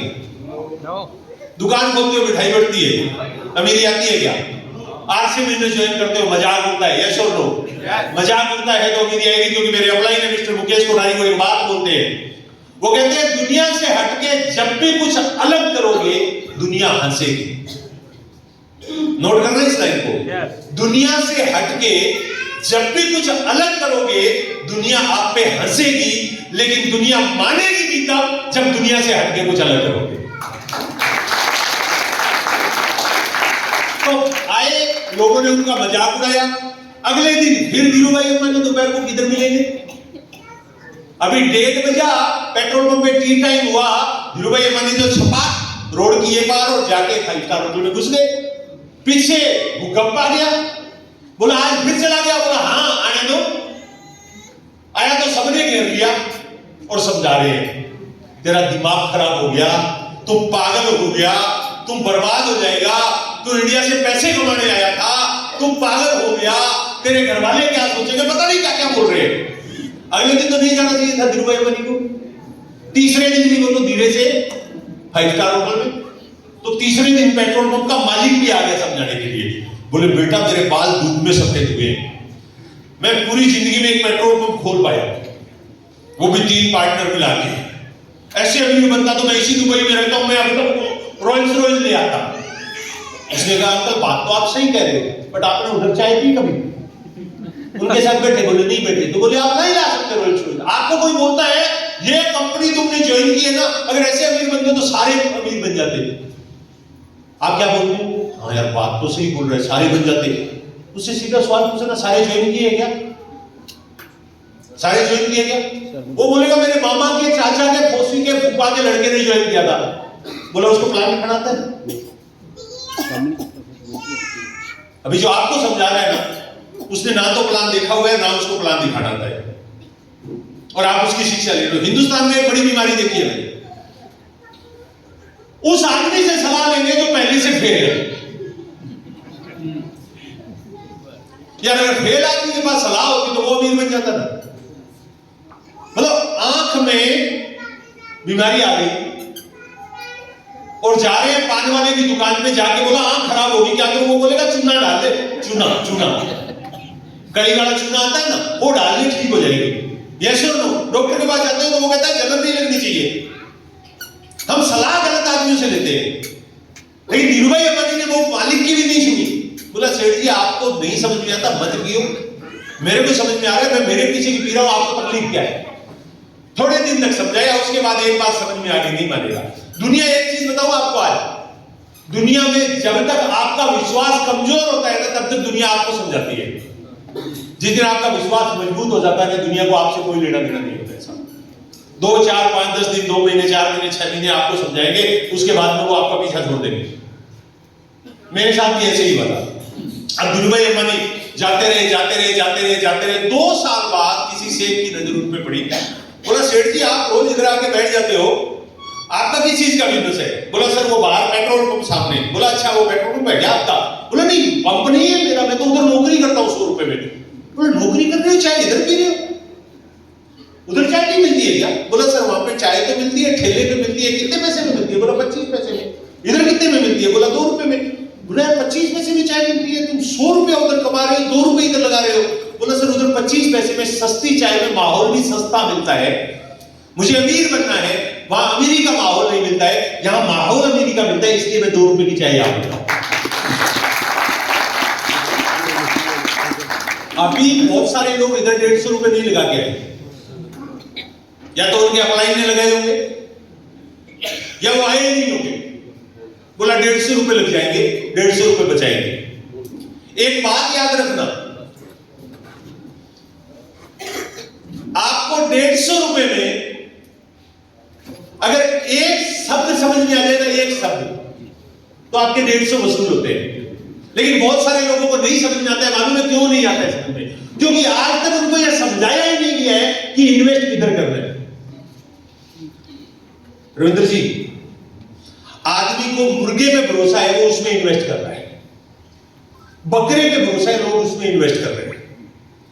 ये जमीन पे भरोसा है कि इसकी कीमत बढ़ेगी, इसमें इन्वेस्ट कर रहे हैं। गाय पे भरोसा है कि उसकी कीमत बढ़ेगी, उस पर भरोसा कर रहे हैं। सोने पे भरोसा है उसकी कीमत बढ़ेगी, उसका भरोसा कर रहे हैं, वहां इन्वेस्ट कर रहे हैं। म्यूचुअल फंड में, शेयर में, एसआईपी में, एफडी में इन्वेस्ट कर रहे हैं, भरोसा है उधर उसकी वैल्यू बढ़ जाएगी, उधर पैसा इन्वेस्ट कर रहे हैं। लेकिन दुनिया में सबसे ज्यादा जिस चीज से आपकी वैल्यू बढ़ेगी वो है खुद का दिमाग, उस पर कोई इन्वेस्ट नहीं कर रहे। मैं मेरी जिंदगी की सारी कमाई अगर जमा करवा देता ना और उस पर 5 रुपए सैकड़ा ब्याज लगा देता, 5 रुपए सैकड़ा मतलब 60% CAGR, 60% CAGR लगा देता पिछले 20 साल का, तो भी मेरे पास उतना पैसा नहीं होता जितना पैसा आरसीएम से मैं आज तक कमा चुका हूं। इवन उसका 10% भी नहीं होता जो आज तक मैं कमा चुका हूं। मजे की बात यह है, अगर वो सारा पैसा मैंने जमा करवा दिया होता तो मैं जिंदा ही नहीं रह पाता, मैं और मेरा परिवार भूख से मर जाते, और भूख से मर जाते तो ना तो 60% CAGR होता, ना पैसा होता, यानी ना नौवण तेल होता, ना राधा नाचती, ना बांस होता, ना बांसुरी होती, ना आत्माराम होता, ना CAGR होती। लेकिन आत्माराम ने इधर इन्वेस्ट किया। मेरी बीवी ने एक दिन मेरे को बोला सब्जी लेके आना, और बेचारी ने पैसे दिए। गरीब आदमी की फटी होती है आदत, पैसे नहीं होते उसके पास। उसकी बीवी को सबसे ज्यादा मालूम होता है कि ये फटीचर शाम को आके बोलेगा पेट्रोल डलवाने के पैसे नहीं थे, इसलिए सब्जी नहीं लाया, इससे अच्छा घर से लेके मिर्चा ले लो। उसने मेरे को 100 रुपए दिए, बोला शाम को आते हुए सब्जी ले आना, और बच्ची के लिए कुछ, मेरी बेटी थी छोटी, उसके लिए बोला कुछ बिस्किट ले आना, तो 50 रुपए की सब्जी, 50 रुपए का दूध, वो जो भी मतलब बिस्किट ले आना। मैंने कहा ओके। पौंदीप जी सच बता रहा हूं, मैं दूध निपटा के, मेरे काम को निपटा के, मैं ऐसे जा रहा था, नीलम पेस्टिसाइड एक जगह दुकान होती थी जिसपे इंदिराज सर के पास में पिकअप सेंटर होता था, आरसीएम का ADC होती थी उस समय, उसके ऊपर महावीर शान मिल गए मेरे को, विक्टर मोटरसाइकिल पे। मेरे को बोलते अरे इधर इधर इधर इधर, मेरे को एक बहुत अच्छी चीज बतानी थी। मैंने कहा क्या? पूरा भाई साहब आए दिल्ली से, अमेरिका से टेप लेके आए, 500 रुपए की है, और ये 500 रुपए की टेप है, और ये एक ही है बिजनेस स्कूल नेटवर्क मार्केटिंग के 8 फायदे, वो रॉबर्ट कियोसाकी की टेप, ऑडियो टेप। बोले टेप है 500 रुपए की है, फटाक से कॉपी करवा के ला सकता है तो 10 मिनट में ले आ, 50 रुपए में कॉपी हो जाएगी। अब मैं क्या करूं? अपनी जेब में तो बीवी के दिए हुए 100 रुपए है, क्या करूं? समझदार आदमी बोलता कोई बात नहीं भाई, आज पैसे नहीं है, कल होगी तो करवाएंगे, नहीं तो छोड़ देंगे। मैं बोला जल्दी दे। मैं गया, कॉपी करवाई, 50 रुपए दिए, ओरिजिनल टेप मावी जी को ला के दिया, कॉपी जेब में डाला, वो बेटी के लिए कुछ बिस्किट लेने थे वो लिए, और घर चला गया। घर जाती बीवी कहती है सब्जी लाए? मैंने कहा नहीं। सब्जी नहीं लाए, पैसे मैंने दिए थे। मैंने कहा मैं टेप ले आया। बोली भाड़ में जाए तुम्हारी टेप, बच्चों को क्या खिलाऊंगी? मैंने कहा बच्चों को टेप खिला दे, पहले मैं सुन लेता हूं फिर खिला दे। अरे तुम कुछ भी खिला दे यार, ये टेप में सुनूंगा, मेरे भेजे में कुछ जाएगा, फिर जाके मैं किसी को प्लान दिखाऊंगा, मैं धंधा करूंगा, उस धंधे से मेरे को लाखों रुपए आएगा। साला बच्चों को रोज कुछ सोना खिलाएगी तो भी पैसा कम नहीं होगा। ये सोच होती है ना, पहले ये सोच में इन्वेस्टमेंट होता है, और जब ये सोच में इन्वेस्टमेंट होता है तब आदमी अमीर बनता है। यस और नो? तो मैंने ऐसा रोज किया है, एक दिन नहीं किया, मैंने सैकड़ों बार किया है। बीवी का मंगलसूत्र गिरवी रख के बिलासपुर गया था। क्या रख के गया था? आप में से कितने रख के गए हो इधर मीटिंग में? मैं बीवी का मंगलसूत्र गिरवी रख के गया था। आप 150 रुपए देके मेरे को इसलिए नहीं सुनने आए हो कि मेरा रंग गोरा है, आप 150 देके इसलिए आए हो क्योंकि मैं बीवी का मंगलसूत्र रख के भी इस बिजनेस को बिल्ड किया, इसलिए आप आए। 2 साल बाद शेख की नजर धीरूभाई अंबानी पे पड़ी। उसने बोला इधर क्या कर रहा है, नौकरी क्यों कर रहा है यहाँ? बोला बम्बई में जाके बेच, मसाले पैक करके बेच। लोग मसाला पीस के नहीं खाते, घर में पीसते हैं, पिसा हुआ मसाला मिलेगा। बम्बई के लोगों में टाइम नहीं है। और धीरूभाई अंबानी ने सेठ जी को बोला हिसाब करो, अपन चले अमीर बनने। इंडिया आए, मसाले पीस के शुरू कर दिए, पैकेटों में डाल रहे, हल्दी मिर्ची धनिया वगैरह वगैरह, मसाला फैक्ट्री लगाई। उसके बाद में मसाला फैक्ट्री बढ़िया चली, हम लगाते तो क्या करते?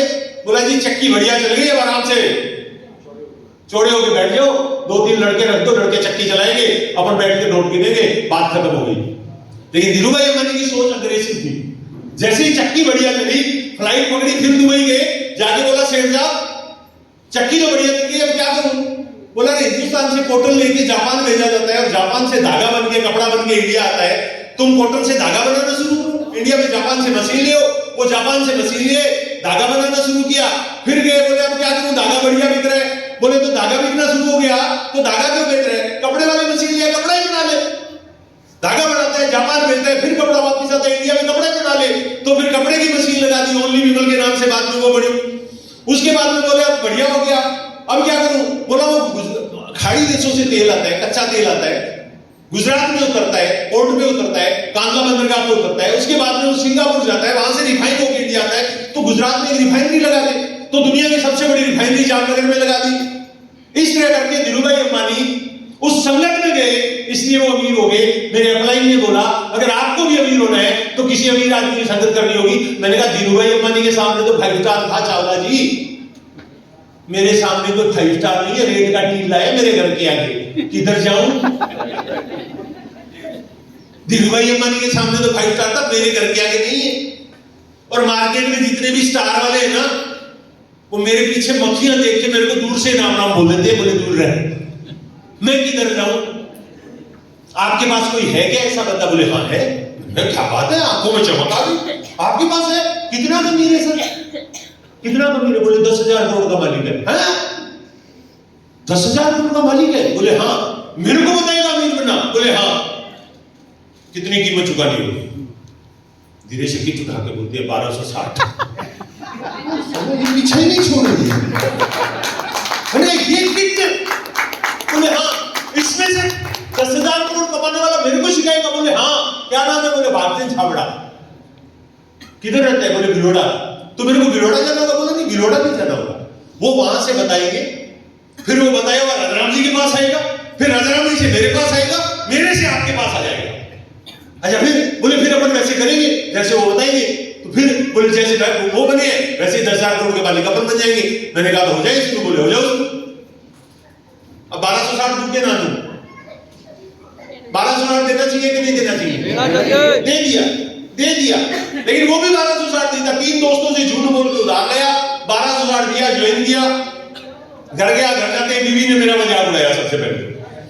बोले 9वीं क्लास में पढ़े हो, आता जाता कुछ है नहीं, ये नहीं वो नहीं, उसने खूब मजाक उड़ाया। उसके बाद में एक दोस्त को प्लान दिखाने गया। अंकल थे, दोस्त ज्यादा थे, अंकल कम थे, उनको प्लान दिखाने गया। उन्होंने जाते मेरे को इतना अच्छे से समझाया। बोले बेटा अगर इतना बड़ा आदमी और अगर वो अमीर बना सकता होता तो तेरे को क्या लगता है भिलवाड़ा में कोई गरीब नहीं है? तो सही है, भिलवाड़ा वालों को नहीं बना सकता था, उनका बना सकता था। बोले भिलवाड़ा वाले समझदार है, उल्लू बड़े नहीं, तू बढ़ गया। आधा कॉन्फिडेंस डाउन हो गया। सोच के गया था 300-400 लोगों को ज्वाइन करवा दूंगा।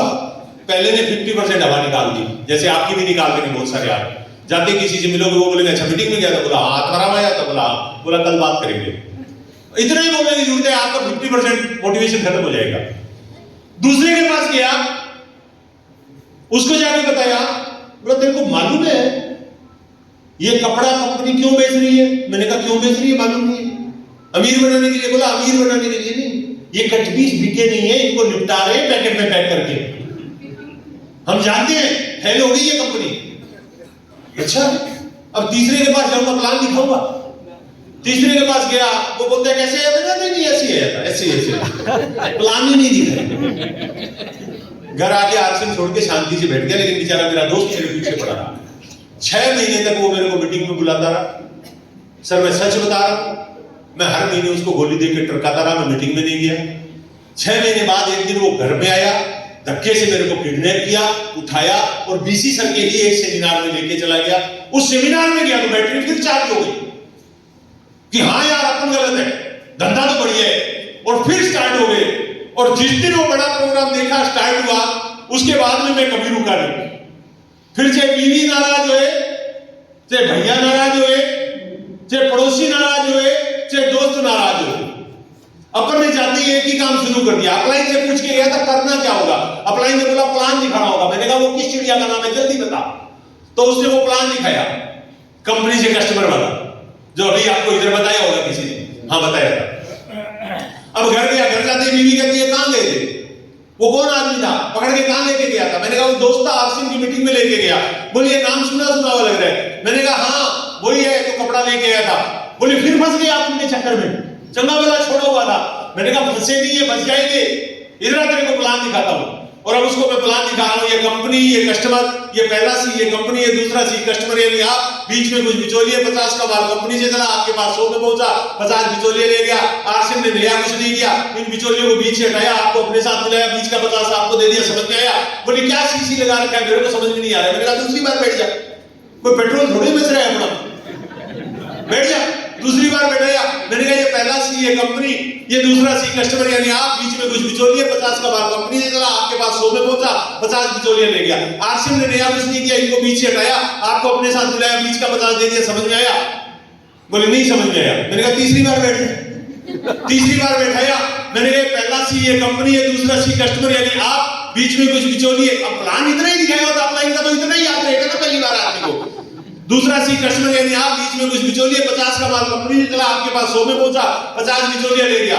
आरसीएम ने नया कुछ नहीं किया, इन बिचौलियों को हटाया, आपको अपने साथ मिलाया, बीच का 50 आपको दे दिया, एक सिस्टम के तहत। समझ में आया? बोले हाँ समझ में आ गया।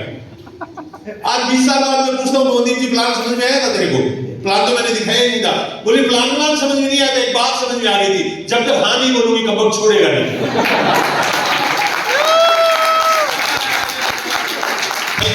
जब उसको समझ में आ गया तो अब कौन रह गया? फिर एक अंकल थे, उनको समझाने गया, उनको समझाया, 3 बार लगे, 4 बार एक ही चीज समझाई, सी टू सी, तो उनको ही समझ में आ गया। फिर एक भाई आया मेरे को समझाने, कजन ब्रदर, एमए किया हुआ, मेरे को बोलता है नो नॉलेज विदाउट कॉलेज। मैंने कहा इधर आ बैठ, तेरे को बताता हूं नॉलेज। उसको भी यही प्लान दिखाया, उसकी भी ज्वाइनिंग हो गई। उसके बाद मेरे गांव में मेरी ऐसी स्थिति हो गई थी, चौपाल में 4 आदमी बैठे होते और मैं अगर सोचता ना चलो यार गप्पे मार के आते हैं, थोड़ी देर चलते हैं, तो मेरे को देख के ऐसे गायब होते थे जैसे यहाँ कई सालों से आदमी टाइप का कोई फायदा ही नहीं है। जिस गली से मैं जाता उस गली में कर्फ्यू लग जाता, बच्चा भी बाहर आता तो मां बोलती बेटा अंदर आ जा, आत्मा मारे C2C समझा देगा। और ये C2C के C2C के चक्कर में मेरे को 760 का चेक आ गया। मेरे को एक बात समझ में आ गई, जहां से 760 आ सकता है वहां से 76,76,000 और 7,60,000 की आ सकता है। लेकिन उसके बाद अगला चेक नहीं आया। मैं सोचा कंपनी डीडी भेजती है, खर्चा लगता होगा, बैंक वाले ने बताया था खर्चा लगता है, 3-4 इकट्ठे भेजे। 4 महीने तक नहीं आया तो पता करने गया कंपनी चल रही है कि बंद हो गई। तो राजाराम जी के पास गया, राजाराम जी विराज सर मेरे अप्लाई है, राजाराम जी के पास गया, राजाराम जी से जाके पूछा तो उन्होंने कहा कंपनी तो चल रही है। तो मैंने कहा मेरे को पैसे क्यों नहीं आ रहे? तो पता किया कंपनी से एक ही लाइट चल रही है, दूसरी चालू नहीं है। तो फिर वो लाइट स्ट्रक्चर सर ने समझाया, फिर चालू किया। लेकिन तकलीफ ये थी कभी चेक आ रहा है कभी नहीं आ रहे। 2 साल निकल गए दोस्तों। इन 2 सालों में मैंने बहुत सारी गलतियां की, आपसे चाहूंगा आप ना करें। इन 2 सालों में मैंने मेरे दिमाग का जम के इस्तेमाल किया, क्योंकि मेरे साथ एक बीमारी है, मैं अपने आप को बहुत बुद्धिमान मानता हूं। आपके पास नहीं होनी चाहिए शायद ये बीमारी। मैंने 2 साल वो सब किया जो मेरे दिल ने बोला, वो नहीं किया जो अपलाइन ने बोला और सिस्टम ने बोला। अपलाइन बोलते मीटिंग में जाओ, मेरे को लगता ये इनका आरसीएम के साथ साथ एक साइड बिजनेस है जिसमें ये 100 रुपया लेते हैं, हॉल का इतना लगा, कुर्सी का इतना लगा। हिंदुस्तानी आदमी कैलकुलेटर लेके बैठता है, वो बाहर पता कर लेते हैं पहले वेन्यू कितने का है, बोला 7 दिन बाद हम इवेंट करेंगे, मैं एक हॉल का पता कर लिया था, हॉल का कितना लगा, कुर्सी का कितना लगा, ये इधर साउंड वाउंड का कितना लगा, ये सब कितना लगा, अच्छा इतना बच गया, अच्छा ये इसलिए मीटिंग कर रहे हैं कि इतना बच जाए। वो कैलकुलेशन कर लिया। तो मैंने कहा मीटिंग में ये होता है। अच्छा टेप का मैंने पता कर लिया था, अब मीटिंग हो रही है, मेरी रिकॉर्डिंग हो रही है, अभी इसको आप YouTube पे चढ़ा दोगे। पहले क्या होती थी, ये टेप में आती थी तो 30 रुपए 50 रुपए का टेप होता था। मैंने कहा 1000 के बिक गए, 50,000 आगे, खर्चा लगा है 5 रुपया, तो 5,000 खर्चा है, 45,000 की कमाई है। तो मीटिंग इनके लिए कमाई का धंधा है, टेप इनके लिए कमाई का धंधा है, बुक इनके लिए कमाई का धंधा है। अपने को ये धंधे में नहीं फंसने का। तो मैं ना तो टेप सुनता, ना किताबें पढ़ता, ना मीटिंग में जाता था, लेकिन आरसीएम बढ़िया करता था। परिणाम 2 साल में मैंने 11,000 रुपए आरसीएम से कमाए। कितने रुपए कमाए? आपको चाहिए तो यही आप करना जो मैंने किया, सिंपल रूल है। लेकिन इन 2 सालों में मेरी आर्थिक स्थिति बहुत खराब हो गई। इन 2 सालों में मेरा दूध का बिजनेस बंद हो गया, जड़ा छाप डॉक्टरी मेरी चल नहीं रही थी, खेत में कुछ हो नहीं रहा था। जो 1,00,000-1.25 लाख रुपए का कर्जा उतारने के लिए दूध का बिजनेस शुरू किया था, वो कर्जा लगभग 3 लाख रुपए का हो गया था, 2.5 या 3 ऐसा कुछ, मतलब एग्जैक्ट फिगर मुझे मालूम नहीं है। लेकिन 2005 में मेरे को याद है मैंने मेरे दोस्त को 3 लाख रुपए दिए थे, तो मेरे सिर पे 3 लाख रुपए का कर्जा हो गया। इतनी पुअर आर्थिक स्थिति थी दोस्तों कि कई बार ऐसा होता था कि सुबह खाना खाते थे ना, तो खाना गले से नीचे इसलिए नहीं जाता था कि ये डर होता था कि शाम को मिलेगा कि नहीं मिलेगा, और शाम को खाते थे तो रात को इसलिए नींद नहीं आती थी कि डर होता था कि सुबह मिलेगा नहीं मिलेगा। और इसी टाइम पे एक दिन मेरी बेटी रोती हुई मेरे स्कूल से आती है, मेरे घर में आती है। स्कूल मेरे घर के पास था, गवर्नमेंट स्कूल था, वहां से रोती हुई आती है। 3री क्लास में वो उस समय पढ़ती थी। वो रोती हुई आती है। मैंने कहा बेटा क्या हुआ, क्यों रो रही है, तेरे को किसी ने मारा क्या? बोला नहीं पापा मारा नहीं, मेरे को स्कूल से निकाल दिया। मैंने कहा क्यों निकाल दिया, तू तो पढ़ाई में बहुत होशियार है। बोले पापा पढ़ाई के लिए नहीं निकाला है, मेरे टीचर कहते हैं कि सारे बच्चे ड्रेस पहन के आते हैं, तुम एकमात्र लड़की ऐसी हो स्कूल में जो बिना ड्रेस के आती हो, या तो तुम ड्रेस पहन के आओ नहीं तो स्कूल मत आना। तो मैंने कहा बेटा सही तो बोलते हैं, आपको ड्रेस पहन के जाना चाहिए। बोले पापा मैं ड्रेस पहन के कैसे जाऊं, मेरी ड्रेस पुरानी है, वो फट गई है। मम्मी को मैंने बोला नई ड्रेस के लिए, तो मम्मी कहती है तेरे पापा के पास पैसे नहीं है, जब पैसे होंगे तब मंगवा देंगे। मैंने कहा कोई बात नहीं बेटा ला देंगे। बोलती है पापा जब तक ला के नहीं दोगे मैं स्कूल नहीं जाऊंगी। अब वो 8-9 साल की बच्ची वो रोने लग गई। मैंने कहा कोई बात नहीं बेटा कल ला दूंगा। बोलती है कल नहीं आज ही ला के दो। वो काफी ज्यादा रो रही है, क्योंकि बच्चों को तो आदत होती है उंगली पकड़ के हाथ पकड़ लेते हैं वो तो। मैं सोचा यार कल लाऊंगा तो भी तेरी जेब में तो 300 नहीं है, आज लाऊंगा तो भी 300 नहीं है, लेडी उधार ही है तो फिर कल का चक्कर ही क्यों रखे, आज ही फिनिश करें। मैं बोला ठीक है मैं लाता हूं। मैं मोटरसाइकिल उठाया और जाने लगा। जैसे ही जाने लगा तो मेरी बीवी कहती है कहां से लोगे, पैसे है? मैंने कहा पैसे तो नहीं है लेकिन मैं उधार ले लूंगा। बोले देख लो, उसको मालूम था नहीं मिलेगी, उधार नहीं मिलेगा। मैं चला गया, मेरे को उम्मीद थी मेरा दोस्त मना नहीं करेगा। मैंने जाके दोस्त को बोला यार ऐसी ऐसी बात है, बेटी के लिए ऐसे ड्रेस लेके जानी थी, मेरे पास पैसे नहीं है, 300 रुपए उधार दे दे, तेरे लौटा दूंगा। तो बोलता है 35,000 रुपए पहले आपको कर्जा दे रखा है, 5 रुपया ब्याज भी आज तक आपने लौटाया नहीं, मूल लौटाना तो बहुत दूर की बात है। कभी आपके पास कोई बहाना होता है, कभी आपके पास कोई बहाना होता है, काम धंधा कुछ आप करते नहीं हो, आता जाता आपको कुछ है नहीं, झूठ बोल के बहाने बना के समस्याएं सुना के पैसे लेके जाते हो। काफी सारी बातें उसने उस दिन बताई, सारी मैं नहीं बता सकता। खैर उसने मेरे को पैसे नहीं दिए, एक और दोस्त के पास गया, उससे जाके मांगे, उसने भी वैसा ही जवाब दे दिया। तीसरे दोस्त के पास जाने की हिम्मत नहीं हुई। मन ही मन सोच रहा था हमारे बच्चे हमें भगवान मानते हैं, वे मानते कि हमारे मम्मी पापा हमारे लिए चांद और सितारे तोड़ के ला सकते हैं, लेकिन मैं एक ऐसा बदनसीब बाप हूं जो अपनी बेटी के लिए जोड़ी कपड़ा नहीं ला सकता। इच्छा नहीं हो रही थी दोस्त घर जाने की। रात को देर से घर गया, 9, साढ़े 9, 10 बजे। सोचा बच्ची सो गई होगी, लेकिन जैसे ही घर में घुसा बच्ची दौड़ के सामने आती, आके बोलती है पापा मेरी ड्रेस कहाँ है। उस दिन मुंह से शब्द नहीं, आंखों से आंसू निकल गए थे। हम कई बार लाइफ में एक टैग लगा के रखते हैं कि हम संतोषी है, हम सुखी है, हमें क्या चाहिए, लेकिन हमारे उस संतोष की कीमत हमारे प्रियजन चुकाते हैं। एक बूढ़े माँ बाप जब जवान होते हैं, बच्चे को पैदा करते हैं, तो वो बोलते हैं मेरा लाल, मेरा काला, मेरा पीला, मेरा हरा, मेरा बड़ा होकर नाम रोशन करेगा। और जब वही बच्चा बड़ा होकर अपने माँ बाप का सही से इलाज नहीं करवा पाता है, सही से उनको रख नहीं पाता है, सोचो उनके दिल पे क्या बीती होगी।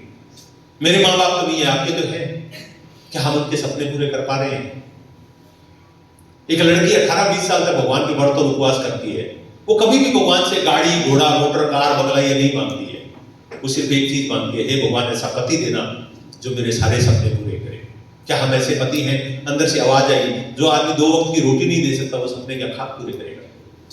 हमारे बच्चे जब छोटे होते हैं, अपने दोस्तों के साथ खेल रहे होते हैं ना, दोस्त कभी उनको धीरे से छुप के सुनना, वो बोलते हैं मेरे मम्मा पापा मेरे लिए कुछ भी कर सकते हैं। क्या हम ऐसे मम्मा पापा हैं जो कुछ भी कर सकते हैं? मेरे अंदर से आवाज आई, जो आदमी अपनी बेटी के लिए, लाडली बेटी के लिए एक जोड़ी कपड़ा नहीं ले जा सकता, चांद सितारे क्या तोड़ के खाक लाएगा? कुछ भी क्या खाक करेगा? उस दिन बहुत दुखी हुआ था दोस्त, उस दिन बहुत दुखी हुआ था, बहुत रोया था, पूरी रात भर रोया, समझ में नहीं आया क्या करें। इच्छा हुई थी मर जाऊं, लेकिन क्या मर के उनको कुछ दे सकता हूं? जवाब था नहीं। तो क्या करूं? 3 ऑप्शन थे मेरे सामने। पहला ऑप्शन था खेती करो, जिस खेती से मेरे पिताजी का इलाज नहीं करवा पाए, उस खेती से क्या मैं अपने बच्चों के सपने पूरे कर सकता हूं? जवाब था जरूरतें ही पूरी नहीं होगी, सपने बहुत दूर की बात है। दूसरा काम था मैं दूध बेचूं। 6 साल दूध बेचा था दोस्त, और 6 साल दूध बेचने के बाद भी मुझे याद है, वो 6 सालों में मेरी बीवी के लिए, मेरी बीवी सलवार सूट पहनती है, मैंने 6 सालों में कभी मेरी बीवी के लिए एक सलवार सूट भी नहीं लेके आया। मेरी एनिवर्सरी भी आई होगी, बर्थडे भी आए होंगे, होली भी आई होगी, दीपावली भी आई होगी, शादियां भी आई होगी, फंक्शन भी आए होंगे, मेरे घर में भी फंक्शन आए होंगे, मेरे ससुराल में भी फंक्शन आए होंगे। जिस दूध को बेच के मैं 6 साल में मेरी पत्नी को एक जोड़ी कपड़ा नहीं ला के दे सका, बच्चों के लिए कपड़ा नहीं ला सका, खुद की जरूरतें पूरी नहीं कर सका, सपने गए भाड़ में, क्या उस दूध को मैं बेचूं? क्या उस काम को करके मैं सपने पूरे कर सकता हूं? जवाब था नो। तीसरा ऑप्शन था आरसी बिजनेस। इसमें भी मैं कामयाब नहीं था, लेकिन मेरी आंखों के सामने बहुत सारे लोग थे जो लाखों रुपए महीना कमा रहे थे। अगर आरसी बिजनेस सही है और इसमें लोग लाखों रुपए कमा सकते हैं, तो फिर आत्माराम नहीं कमा रहे, उसमें गलती आत्माराम की है। अगर आत्माराम अपनी गलती को ठीक कर ले तो आत्माराम लाखों कमा सकता है, अगर दूसरे कमा सकते हैं तो मैं भी कमा सकता हूं। यस और नो? और मैंने डिसाइड किया कि मुझे मेरी गलती को ठीक करना है, और अगर मुझे मेरी गलती को ठीक करना है तो मुझे किसी एक्सपर्ट आदमी से जाके समझना पड़ेगा, किसी एक्सपर्ट के पास जाना पड़ेगा, और उस किसी एक्सपर्ट के पास जाना पड़ेगा और एक्सपर्ट से जाके समझना होगा। और वो एक्सपर्ट थे मिस्टर राजाराम सारण। मैं उनके पास गया और जाके मैंने उनको बोला, मैंने कहा सर 2 साल से आरसीएम कर रहा हूं, कोई सक्सेस नहीं मिल रही है, मेरी आर्थिक स्थिति ऐसी हो गई है, मेरी समस्या ऐसी है, मेरी प्रॉब्लम्स ऐसी है, मैं क्या करूं? राजाराम जी ने मुझे एक ही बात बोली, ये समस्या हर आदमी की है। हर वो आदमी जो सिस्टम को फॉलो नहीं कर रहा है उसकी ये समस्या है। आपकी समस्या भी कोई नई समस्या नहीं है और ये समस्या खत्म हो सकती है। मैंने कहा मैं आरसी बिजनेस में अमीर बनना चाहता हूं, पैसे कमाना चाहता हूं, रॉयल्टी आना चाहता हूं, आ सकता हूं क्या? उन्होंने कहा वो तो 6 महीने का काम है। मैंने 6 महीने का? मैं 2 साल से लगा हुआ हूं। बोले तुम 2 साल से नहीं, तुम 200 साल लगे रहो तो भी रॉयल्टी नहीं आएगी अगर सिस्टम को फॉलो नहीं करोगे तो। अगर सिस्टम को फॉलो, मैंने कहा सिस्टम को फॉलो करूं तो बोले 6 महीने में आ जाएगी। मैंने कहा सर वो सिस्टम क्या है बता दो। और तब उन्होंने मेरे को 6 बेसिक बताए। मैंने वो 6 बेसिक को फॉलो किया, यानी 100% प्रोडक्ट यूज करना है, लोगों की लिस्ट बनानी है, लोगों को प्लान दिखाना है और लोगों को मीटिंग में लेके आना है। ये 6 बेसिक मेरे को उन्होंने बताए, मैंने वो 6 बेसिक फॉलो किए। दोस्तों ईमानदारी से बता रहा हूं, 5वें महीने का चेक था लीडरशिप का 11,000 रुपए का, 6ठे महीने का चेक था 4थे महीने का चेक लीडरशिप था 11,000 का, 5वें महीने का चेक था रॉयल्टी का 26,000 का, 6ठे महीने का 8% रॉयल्टी, 7वें 8वें महीने 9वें महीने में 12 लाख का बिजनेस उस समय होता था। मैं स्टार पर डायरेक्ट हुआ और उससे 5-6 महीने बाद में मैं मार्च 2006 में एमरल्ड हो गया। मेरा चेक 1 लाख रुपए का था। पहले साल फरवरी का चेक, ध्यान से सुनिएगा, पहले साल फरवरी का चेक 1100 रुपए, मार्च का चेक 4300 रुपए, अगले साल मार्च का चेक 1 लाख रुपए, यानी 4,300 रुपए से 1 लाख रुपए एक साल में। इतनी बड़ी पावर आरसीएम बिजनेस में है, इतनी बड़ी इनकम आ सकती है बशर्ते सिस्टम को फॉलो किया जाए। आज इस बिजनेस से क्या क्या मिला मेरे को? Time freedom. आज मेरी टीम में 3 लाख लोग हैं पूरे भारत में। मान लेते हैं 90% लोग कोई काम नहीं कर रहे हैं, 10% लोग काम कर रहे हैं तो भी 30,000 लोग हैं। वो 30,000 लोग सुबह उठ के मंजन करते हैं ना तो आत्माराम का लाखों रुपए का टर्नओवर हो जाता है। वो दोपहर को खाना खाते हैं तो लाखों रुपए का टर्नओवर हो जाता है और रात को वो खाना खा के सोते हैं तो लाखों रुपए का टर्नओवर हो जाता है और वो महीने भर ऐसा करते हैं, वो अपनी जरूरतें पूरी करती है, मेरा टर्नओवर करोड़ों का हो जाता है और मेरे को 2.5 लाख रुपए उससे इनकम आता है। आज मेरे पास टाइम फ्रीडम है। 30,000 लोग अगर 1 घंटा भी रोज आरसीएम का प्रोडक्ट यूज करे तो मेरा काम 30,000 घंटे होता है। और दुनिया में एक सबसे बड़े अमीरों में से एक हिंदुस्तान के इंफोसिस के संस्थापक नारायण मूर्ति जी का यह कहना है, इस दुनिया में कोई भी इंसान अकेला काम करके कभी अमीर नहीं हो सकता है, क्योंकि अकेला काम करने के लिए सिर्फ 1,20,000 घंटे ही आदमी काम करता है। 8 घंटे रोज सप्ताह में, 5 दिन 40 साल जोड़ दो, 1,20,000 घंटे होते हैं। 1,20,000 घंटे काम करके आपका पर ओवर रेट कुछ भी हो तो भी अमीर नहीं बनोगे। आपको अमीर बनना है तो other people mind, other people time और अदर पीपल मनी इस्तेमाल होना चाहिए आपके लिए। और आरसीएम बिजनेस एकमात्र ऐसी व्यवस्था है जो आपको बिना पैसा लगाए, बिना दिमाग लगाए, बिना एक्स्ट्रा समय लगाए other people money, other people mind और अदर पीपल टाइम का इस्तेमाल करने का मौका देता है। 30,000 लोग अपना दिमाग लगा के इस बिजनेस को करते हैं जो फ्री में मेरे लिए हो रहा है। अदरवाइज मेरे को लाखों रुपए सैलरी देता ना तो भी 30,000 लोग मेरे लिए काम नहीं करते। यस और नो? 30,000 लोग अपना दिमाग लगा के काम करते हैं, अपना समय लगा के प्रोडक्ट यूज करते हैं और अपना पैसा लगा के प्रोडक्ट खरीदते हैं। Other people money, other people mind, other people time मेरे लिए फ्री में इस्तेमाल होता है और परिणाम मेरे को 2.5 लाख आता है। मजे की बात यह है, जब 2.5 लाख मेरे को आता है तो 1 करोड़ मेरी टीम में जाता है। कितना जाता है? अभी मान लो मैं मर जाऊं तो क्या मेरी टीम वाले ये राजेंद्र जी वगैरह ये लोग आए हुए हैं, अशोक वगैरह आए हुए हैं, बलजीत वगैरह आए हुए हैं, ये लोग अभी साबुन से नहाना बंद कर देंगे आरसीएम की? चाय पीना बंद कर देंगे? अशोक भाई चेक कितने का आता है आपको? चेक कितने का आता है महीने? 45,000। राजेंद्र जी आपको कितने का आता है? 25,000 का। अभी मैं मर गया तो आरसीएम छोड़ दोगे? छोड़ दोगे? नहीं छोड़ोगे? आप तो छोड़ दोगे। काहे के चल रही हो यार? पापा जी कर जाओ तो चेलों को तो छोड़ देना चाहिए ना। ये कौन से चेले हो तुम लोग?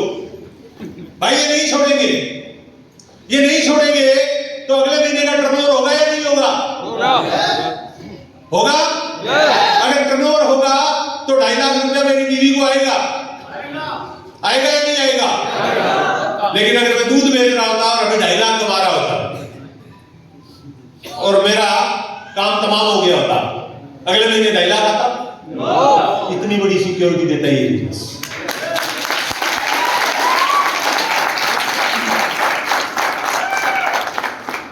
मेरी बेटी मिस्टर राजाराम साहब के घर की बहू है। 300 करोड़ की मालकिन है, क्योंकि इकलौता बेटा राजाराम जी का जो है वो मेरा दामाद है।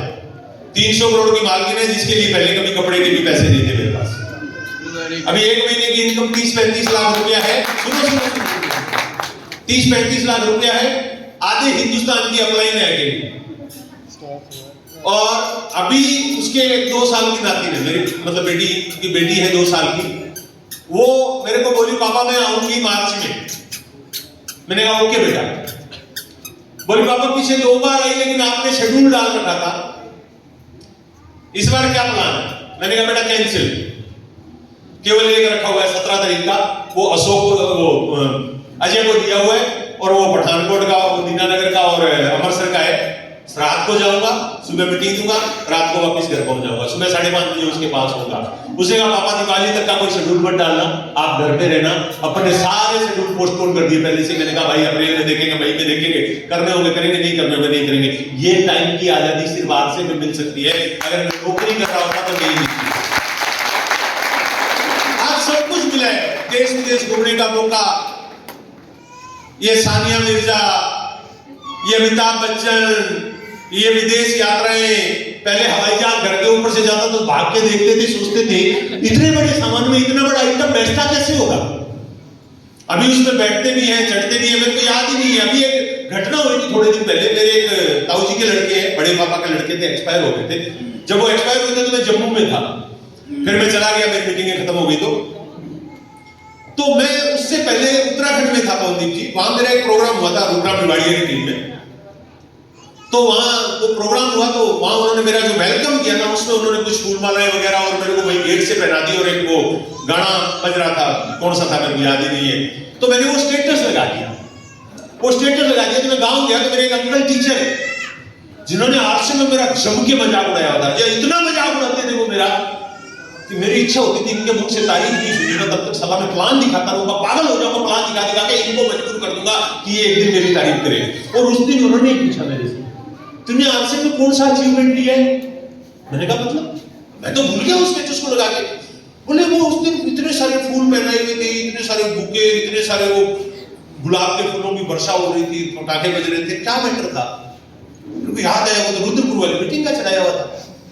मैंने कहा अच्छा वो क्या, मोबाइल में वो क्लिप पड़ी थी, मैंने दिखाई। बोले हाँ ये। मैंने कहा अंकल महीने में 15 दिन ये रोज ही होता है। 15 दिन रोज ही होता है। कितने रुपए के फूल आते होंगे, बुके आते होंगे? मैंने कहा 1000 रुपए के तो आते होंगे। क्यों पहुंची जी 1000 का तो आता होगा, 1000 रुपए का सामान तो आता होगा, क्यों सर आता होगा? 1000 रुपए का सामान आता होगा। अभी महीने में 15 मीटिंग मिनिमम होती है मेरी।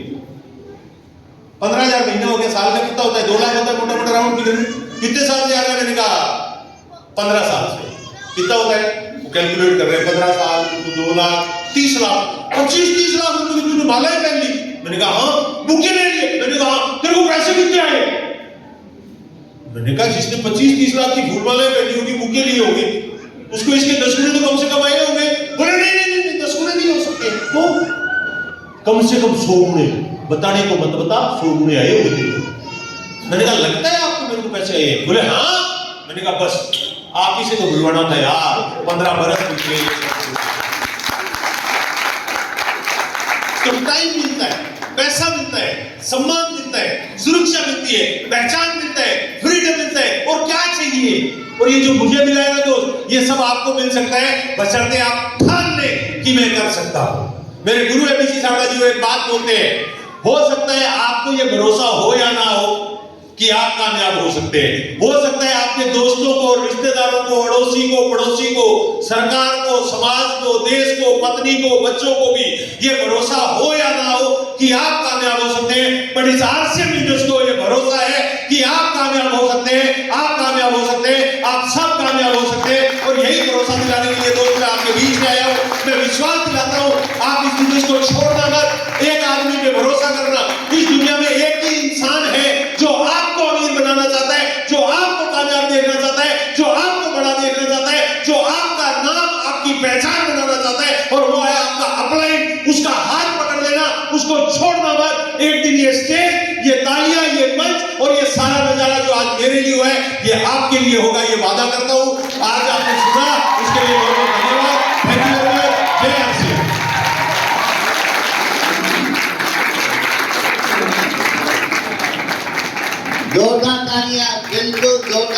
तालियां के साथ आपको अभिवादन करेंगे। आदरणीय आत्माराम काशवा जी का सर ने बहुत शानदार तरीके से बताया कि ये एसोसिएशन संसद बनने से ये यहाँ पे लगाने पे मामला बनना है, ये तो मामला बनना नहीं है। बहुत बहुत धन्यवाद करेंगे हम दिल से सर का। एक बार जोरदार तालियां फिर से जोरदार तालियां।